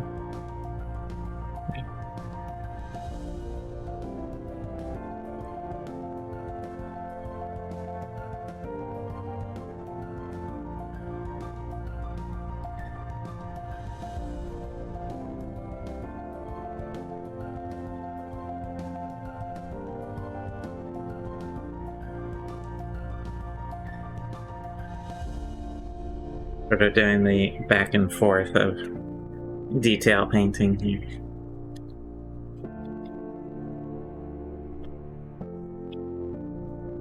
Get that back open.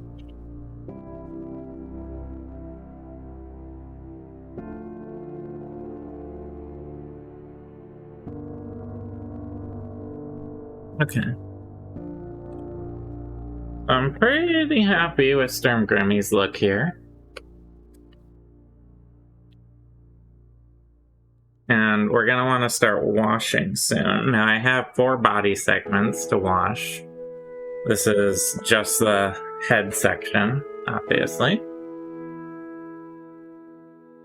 What I'm gonna do is take a little video for our Instagram and stuff of our pre-washed Sturmgrimmy.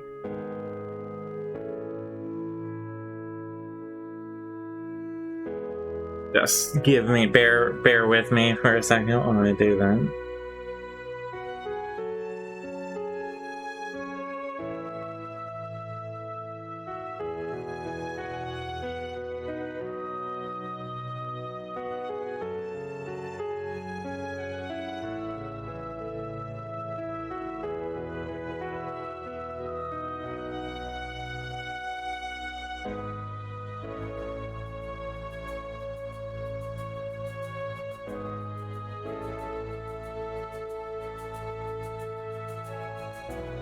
Alright, there we go.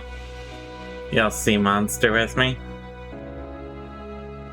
So, what we have is all of our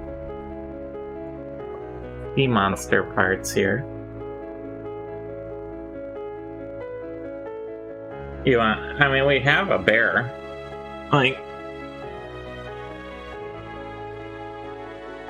I literally painted a bear on stream.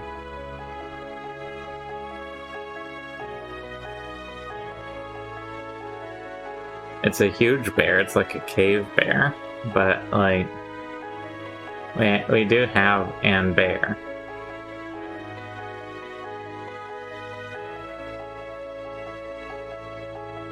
I see. You want the right personality bear figure.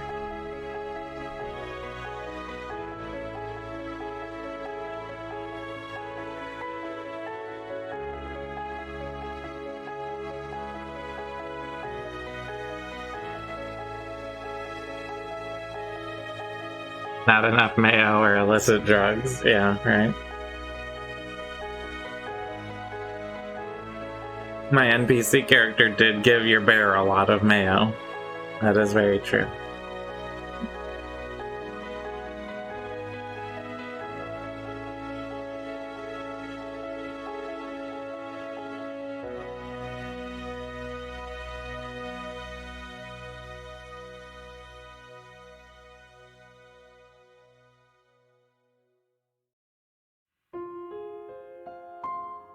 Alright, so we are going to be using a black wash here.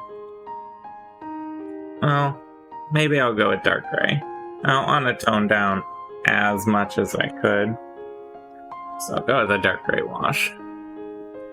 This is more about just bringing out some of the texture and scale in the mini. This brush is like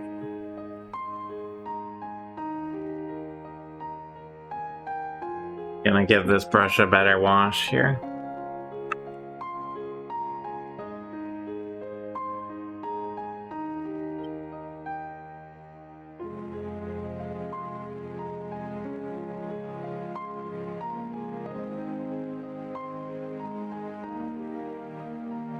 Weirdly clumped with something. Not quite sure what.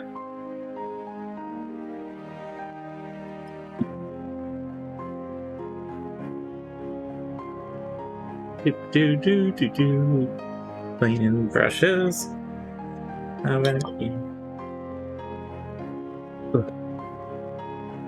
There's an alcohol there that I was cleaning with, and they do smell. That's better.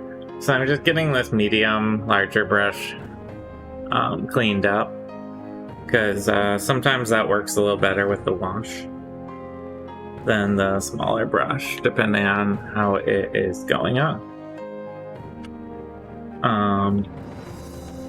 Yeah.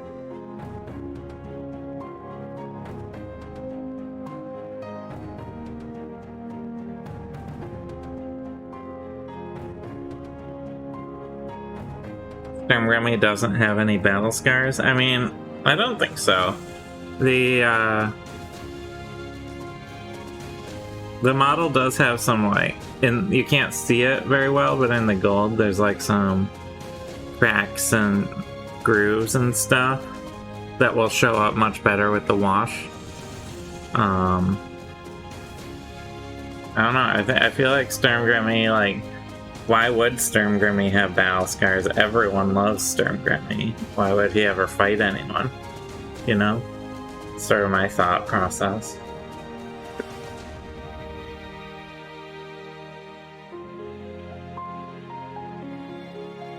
Right? Like, who would fight Sturmgrimmy ever?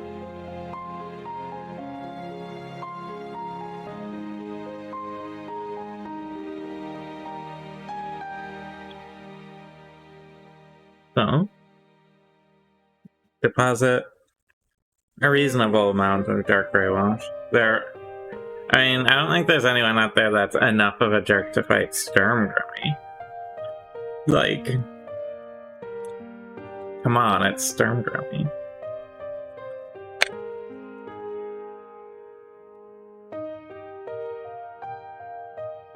Some furbog tried to hunt in the lake. That sounds like a fairy tale. So, I'm going to be doing the wash sort of from the back forward. And a big thing with a wash like this, especially if you're trying to capture some of the, like, grooves, is to sort of go against the grain so it piles up in the low spot.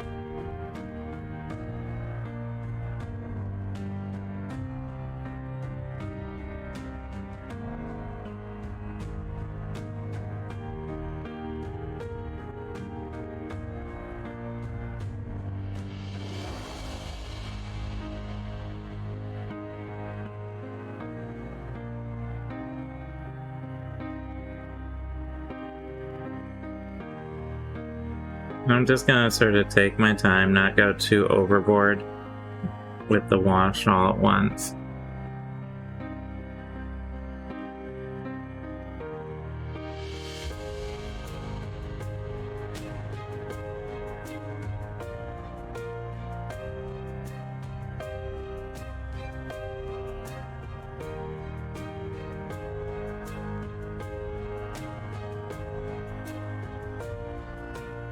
My goal is to get it down in between these scales and get these sort of darker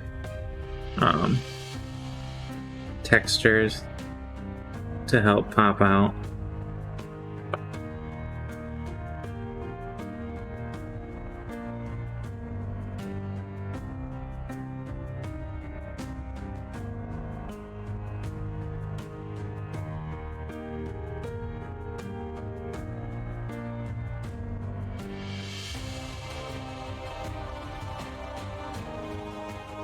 especially in the gold, which is a little intense on its own.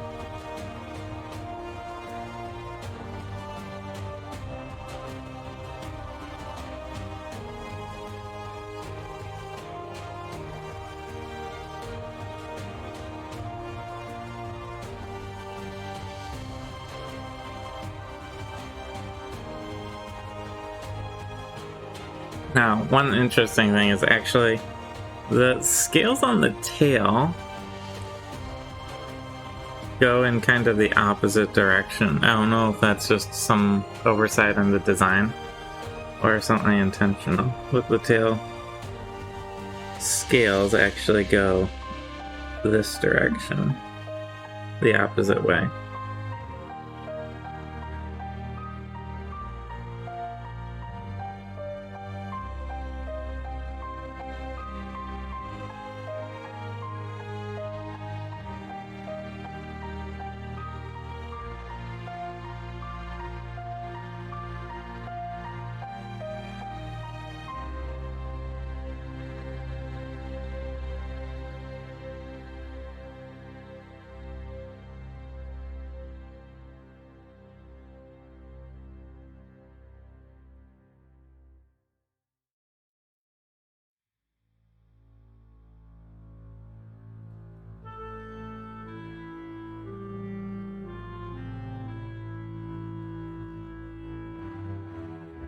So it just adds some, inconsistencies, basically, to the coloration.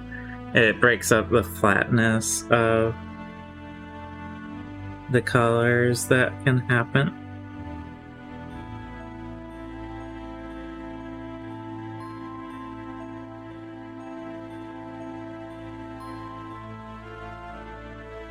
I really don't want to go too overboard on the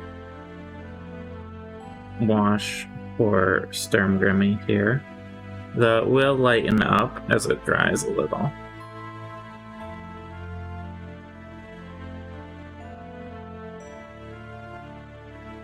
And to sort of keep in mind as you go.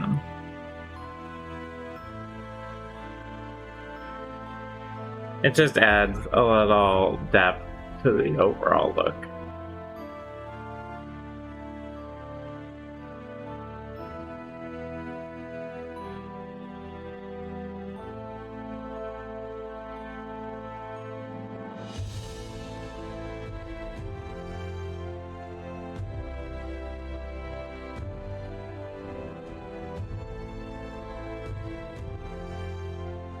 You who are Sturmgrimmy.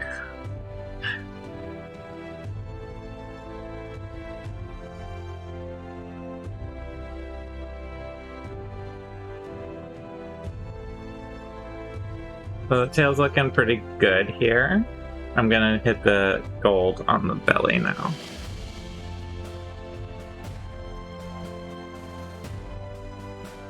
And I can go a little more on this because I want to tone the gold in a lot more than the rest of it, but because it can be a little intense on its own.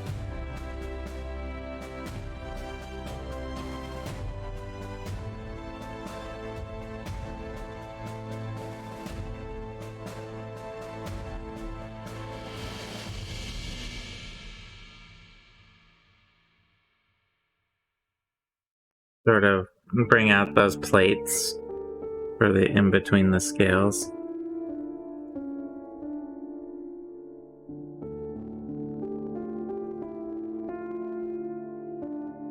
Okay, so I'm gonna let this dry, see how it looks, but then I'm just gonna keep going up the body here, and we'll see how it goes.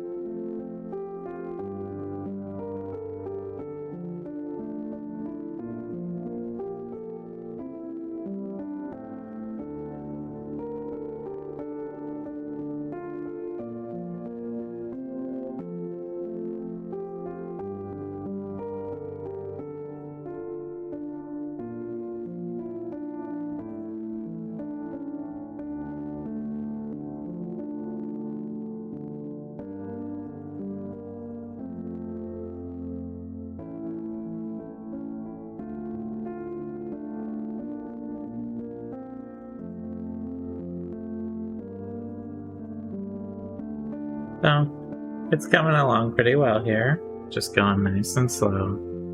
Having a good time.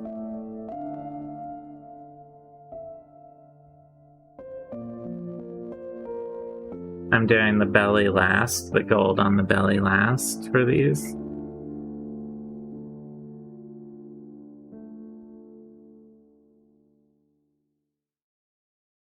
The main thing I'm doing, my main goal is to go against the grain of the scale, because that will help push the wash down into the grooves in between, and hopefully just make them end up popping a little more by adding some contrast.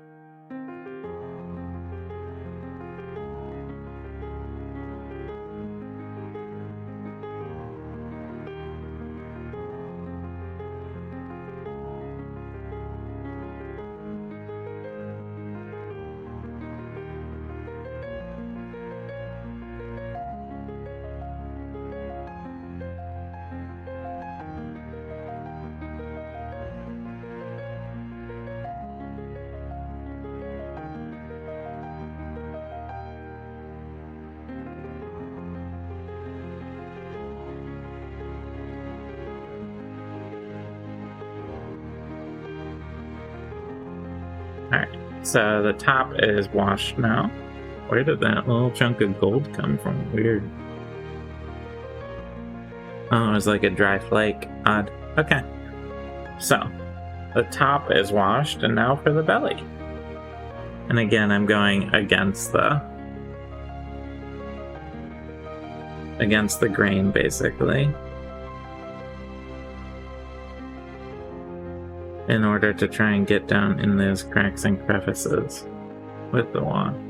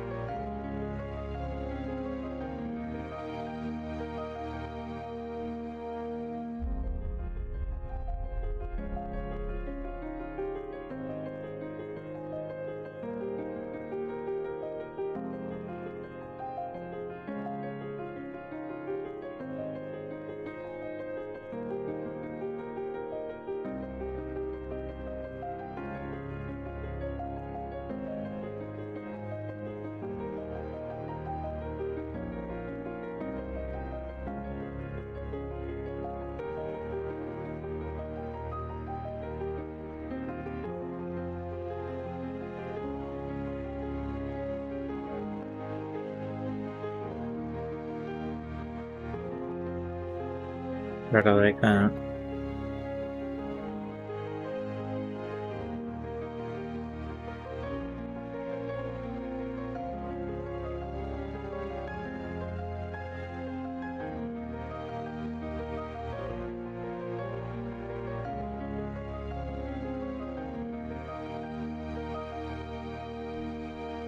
This is sort of what it looks like when it's dried more.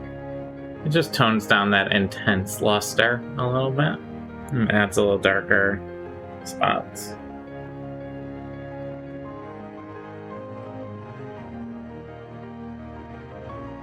Okay, so we're just gonna keep going up the body here.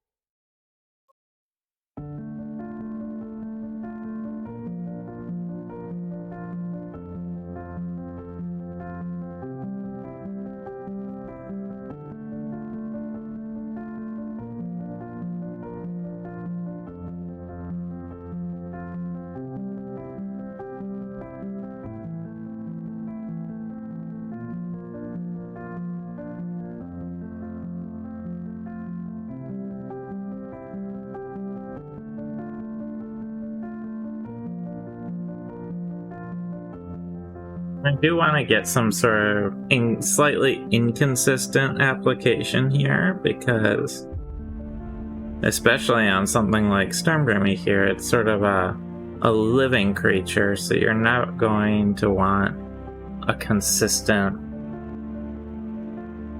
look across the entirety of it. There's going to be small variations throughout the entire creature. And that's sort of what the wash is providing. It's also increasing the contrast in the low and high spots. So, getting down into smaller, lower sections and darkening them where you would expect shadows to be, for example.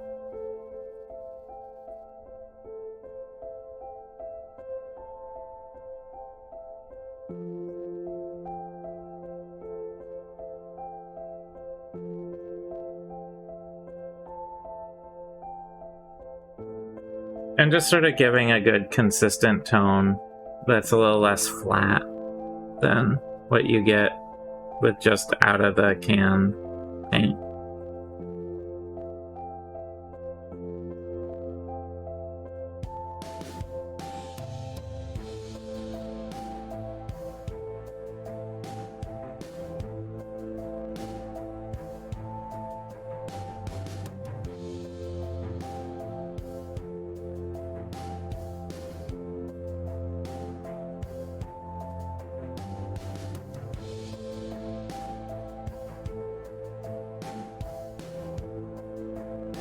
Now I've hit the belly. Are you having a pretzel day there, Who?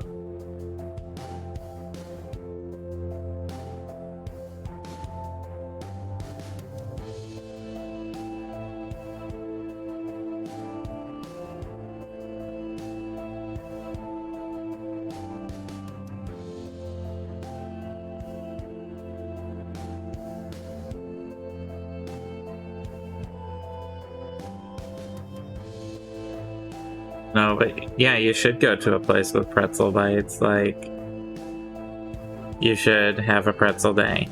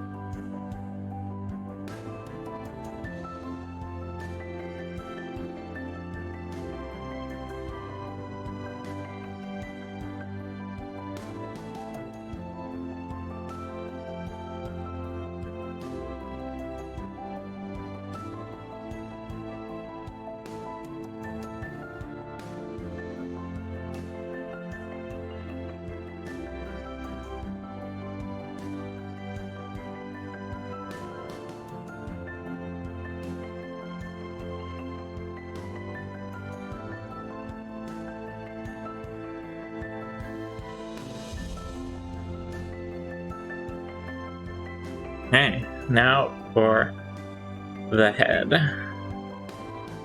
And I'm gonna go up the body right up to the head and then do the head as a separate thing. Kinda like I did when I painted it.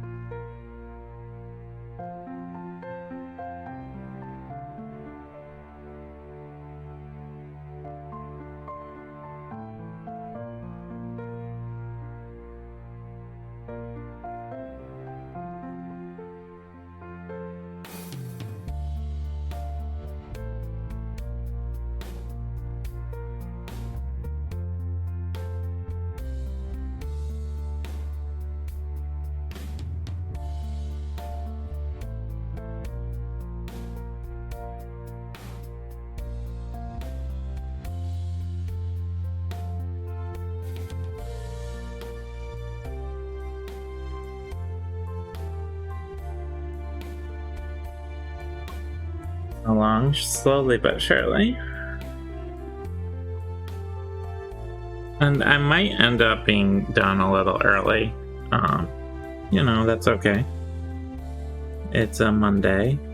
There's a lot to do. We'll see how it goes, but if I end early, well, maybe we'll find someone really cool to raid and you can check them out.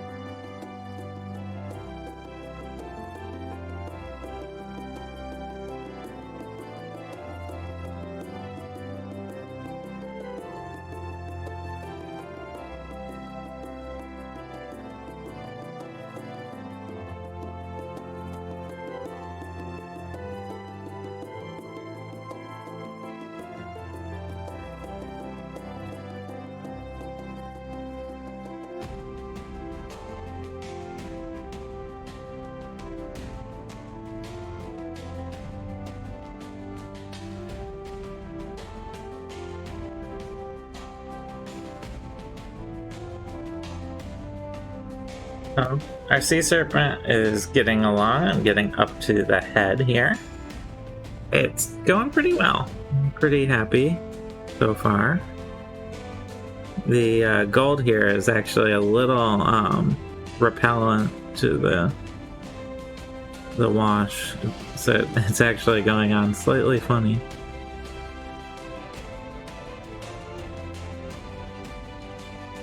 But it seems to be doing alright.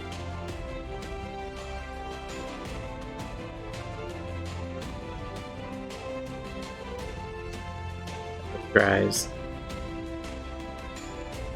A bard spell that summons Sturmgrimmy. Yeah, it's called Wish. It's a 9th level spell.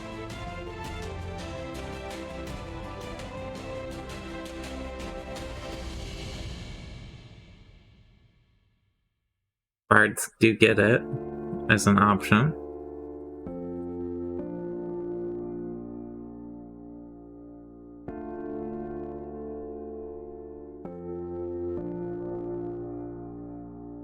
Major illusion isn't remotely powerful enough for a sea monster.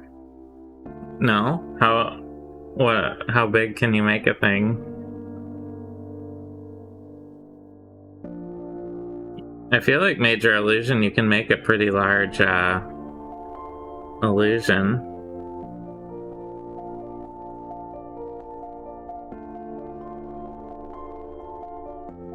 $20 feet cubed. Well, you could just do the head coming out of the water. You don't have to do the whole thing, right? You could do like in a 20-foot cube, like the head, a giant head emerging, right? Like you don't have to do the entirety of it.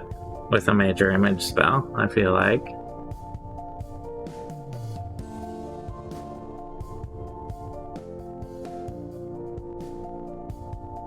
You know?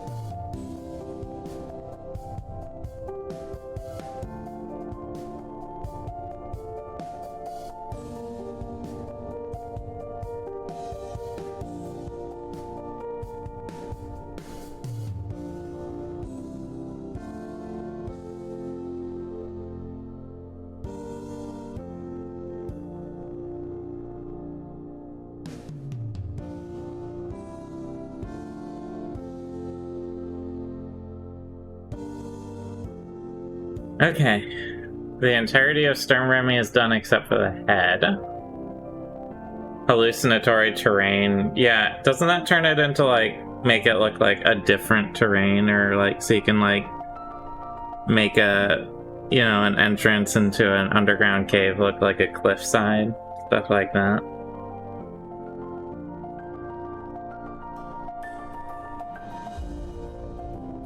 I feel like that's what Hallucinatory Terrain does. Can you do animals with it, though? I haven't read it in a long time. Okay, so we have Storm Grimmy done except for the head now. I'm gonna switch to a smaller brush for the head just so I can control the volume of the wash for the head.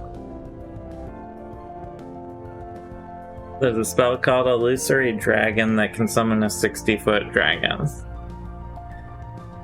But Storm Grimmy's not a dragon.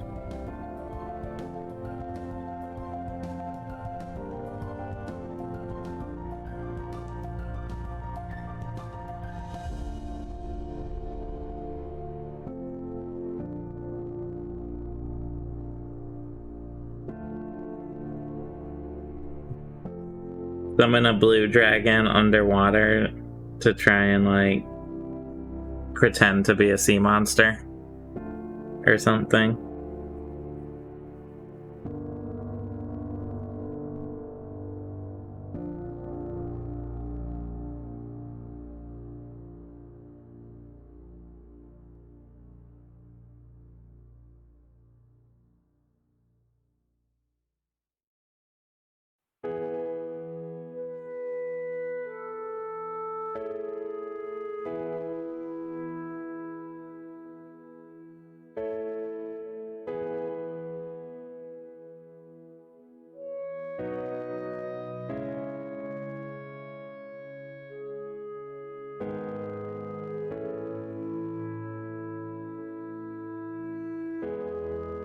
You don't know. Storm Grimmy might sue you for infringement. Copyright infringement.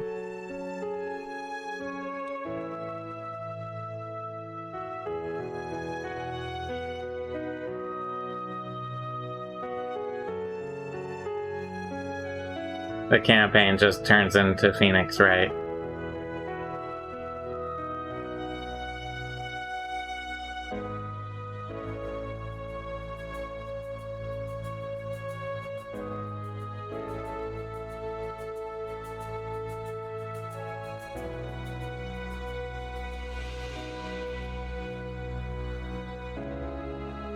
In breaking news, Storm Grimmy, the famous Storm Grimmy, has filed a lawsuit against some no-name cat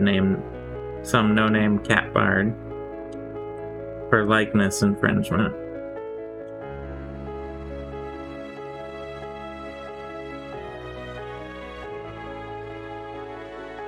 The most 9 spell is mislead, then I can make another 9. What does it do? Does it create like a duplicate of yourself? I'm not super familiar with the spell. And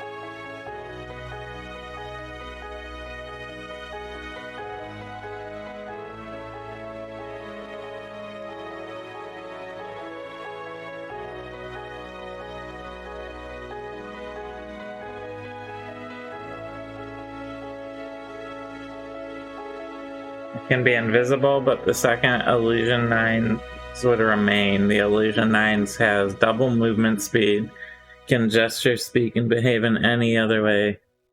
And you can see and hear through it. So you turn invisible. Bonus act. So you're like, you can't. You only see through one at a time. Your actual self or your body double.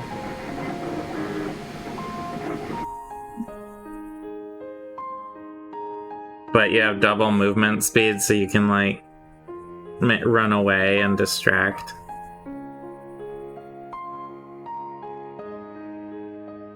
While you're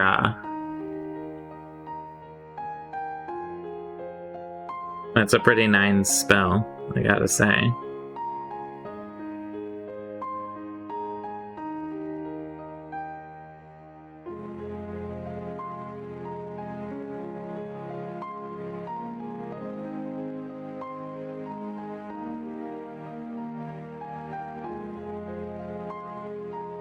But you would use the spell not for like life-threatening situations, but rather to like steal food.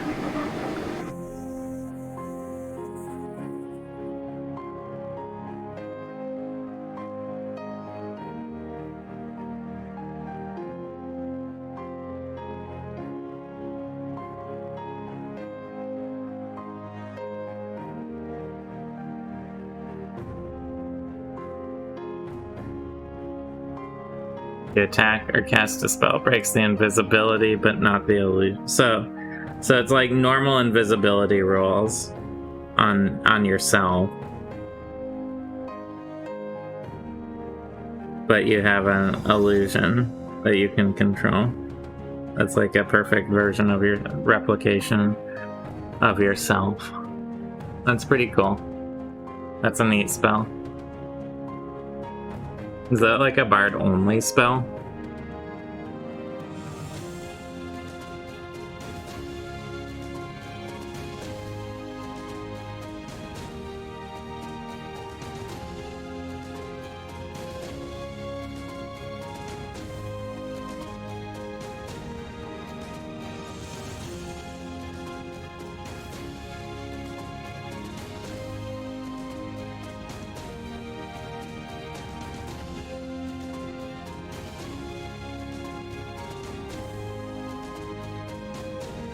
Wizards can do it, but it seems more geared towards bards for our... Yeah. I can see it for like running away from things or doing mischief. I feel like are its two like primary uses.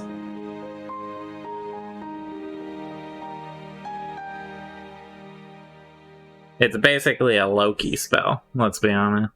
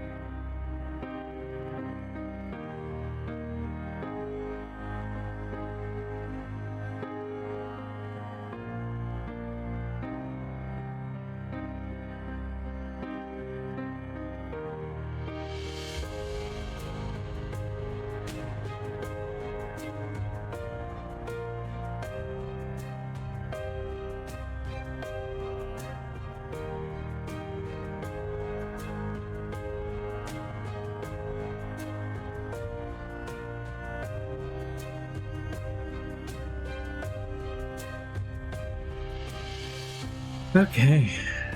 A dragon, sea dragon. See, I was thinking dragon now because that illusory dragon you're talking about. Sturmgrimmy, our sea serpent, is coming along here.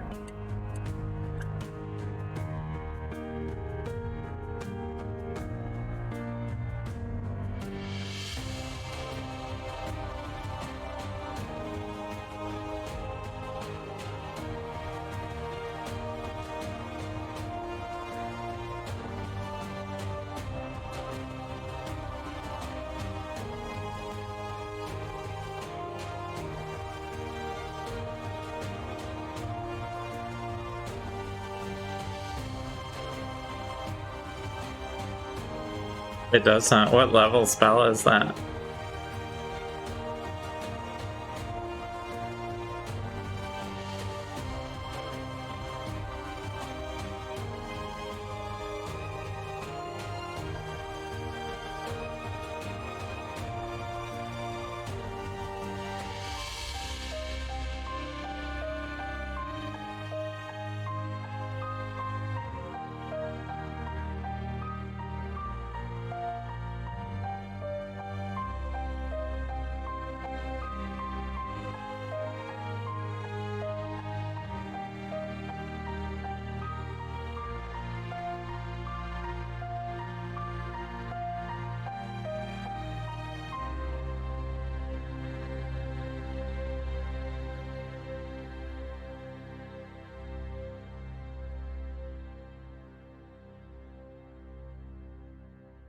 Hi.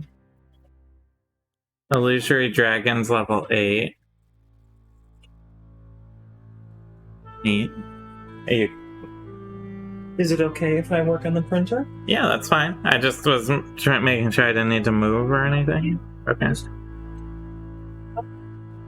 One of our printers has needed repairs and we got parts in recently. So Lexi is going to work on that. What level? So 5th level is mislead. Haven't looked at builds yet. And Illusory Dragons level 8.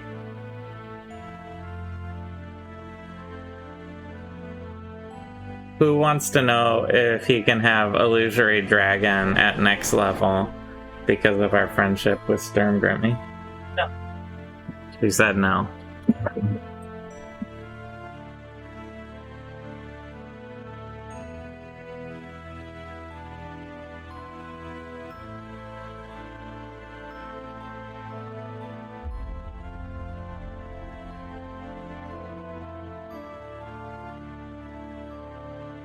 It only... He's offering you $20. It only does 76 damage.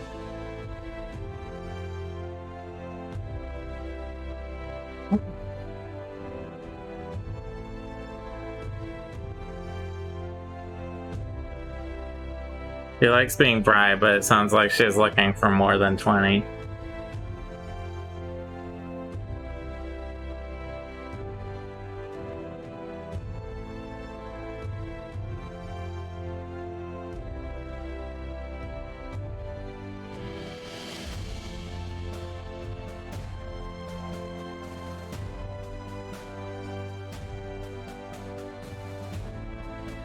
Wand of Illusionary Sturmgrimmy with a single charge.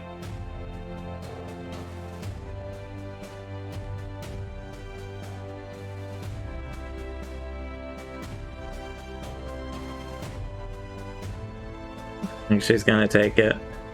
I'm gonna go with maybe. You got a solid maybe, which means nothing will happen. Get this out. I'm gonna make it. Sorry. Fine. Sturmgrimmy's looking excellent. Yeah. Yeah.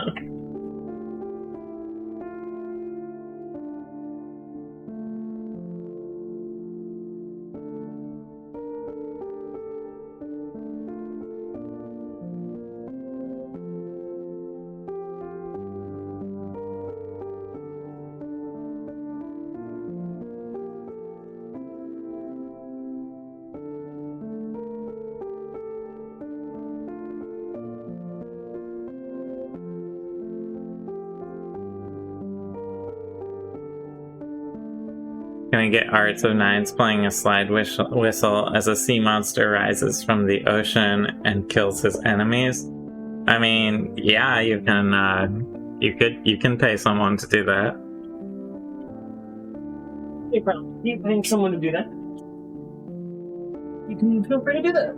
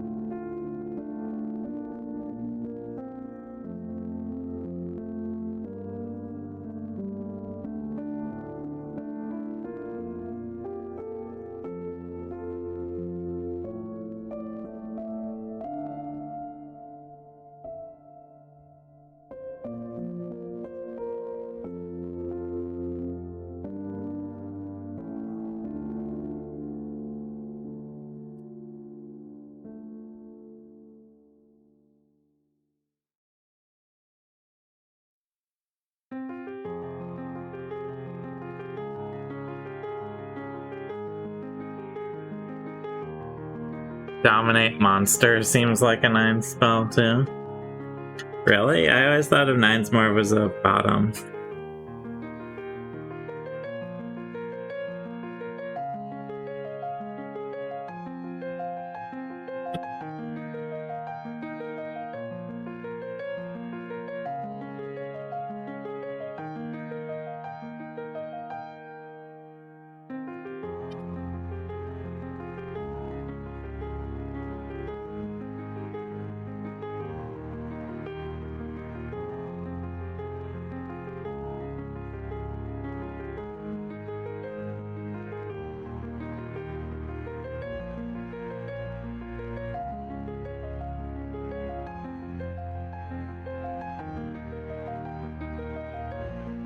The only bottom 9s is part of his society, but that's gonna change with your new threads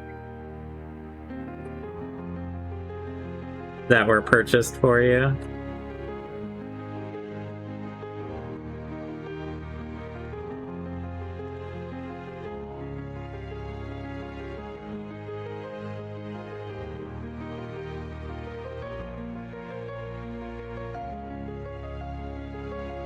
Nines does not buy his own clothes. That is clear.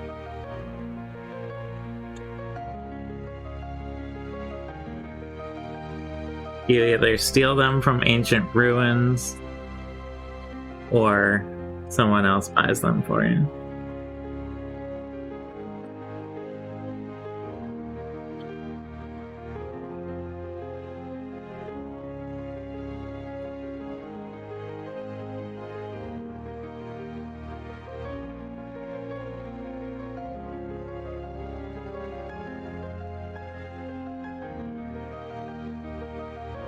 Yes, Nines wears clothes.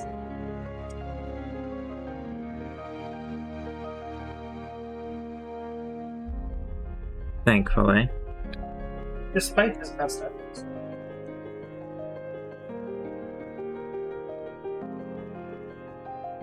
There's a small issue with one of the eyes.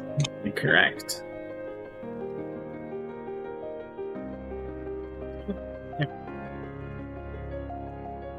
Yeah. Whatever hat you happen to run into. Exactly.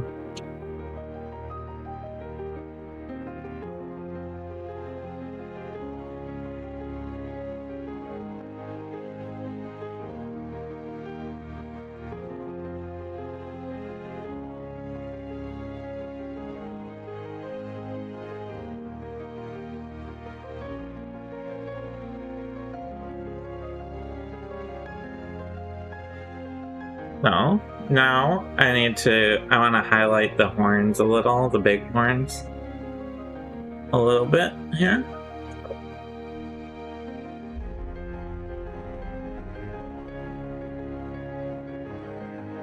Now that we've shaded them in. So did you leave home and then just find like Soria to be like your group mom, who like buys you clothes, cooks you food, gets you breakfast, keeps your hair in jars, things like that?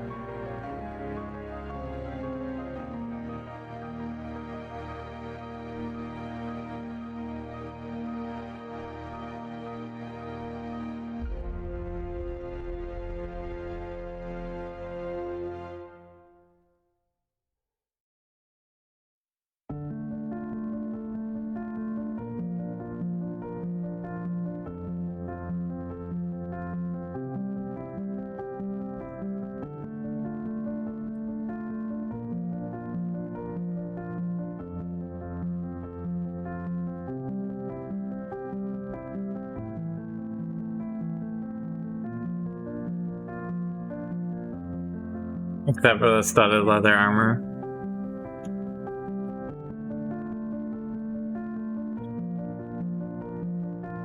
Didn't we find that though? Like that was in the ruin, right? That we found the armory and made you wear armor. Sort of like a, you're going outside, it's dangerous, wear this coat kind of situation.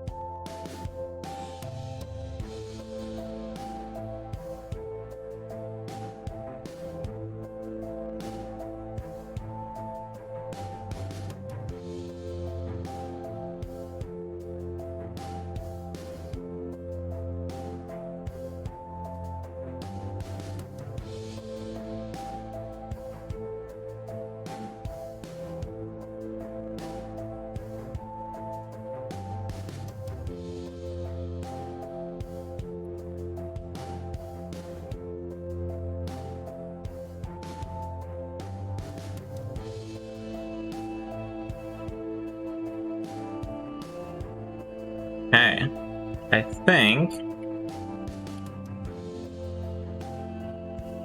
I might be done with Stormgrimmy.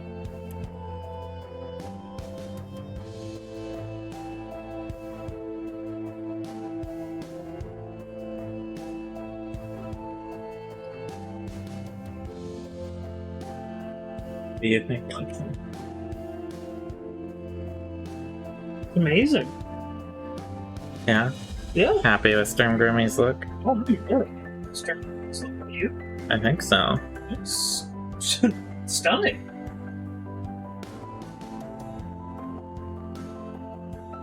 So, I'm gonna take a little video of Stormgrimmy here. Maybe people can help me decide what I'm gonna paint next time. I have little lizard folk. I have like an asshole noble kind of guy.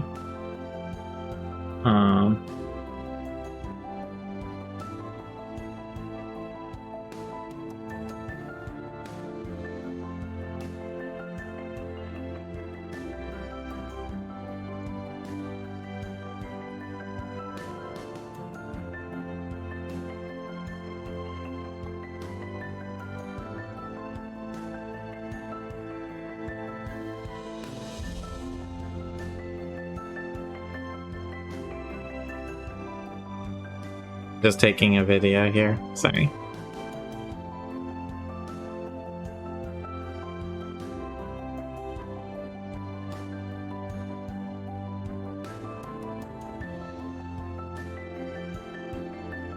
I have like little lizard folk. I have another crab. I could work on that next. Next time. I have. My dad has a lizard he wants to do, so I'll stay away from that one. What do I have? There's a boar, like a giant boar. An Aarakocra guy. We have a Tabaxi pirate kind of character. Yeah, I don't know. I have a wide variety of options. So, if anyone has any preferences, let me know.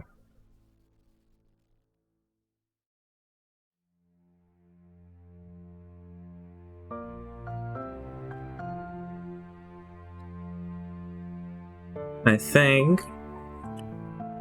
Let me put Sturm Grimmy all on frame here.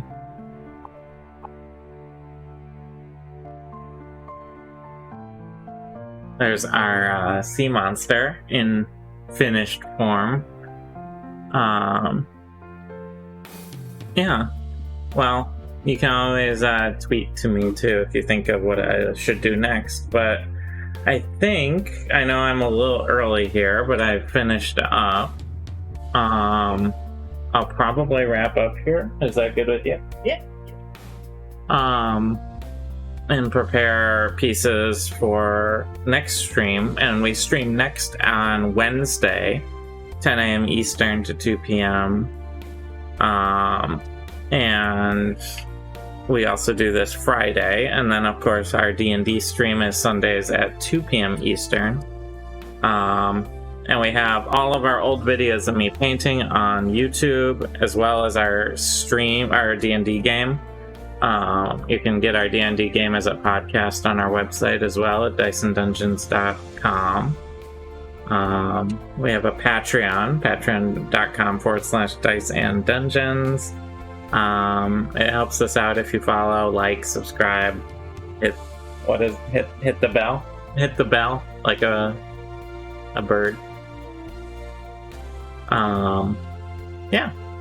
So, thank you everyone who came to check us out. We are going to be, I'm gonna see if there's someone to raid. Someone good for raiding.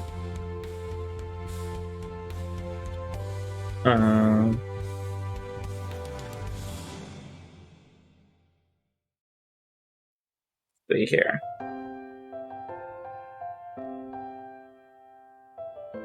That's right, I have no internet down here on my phone.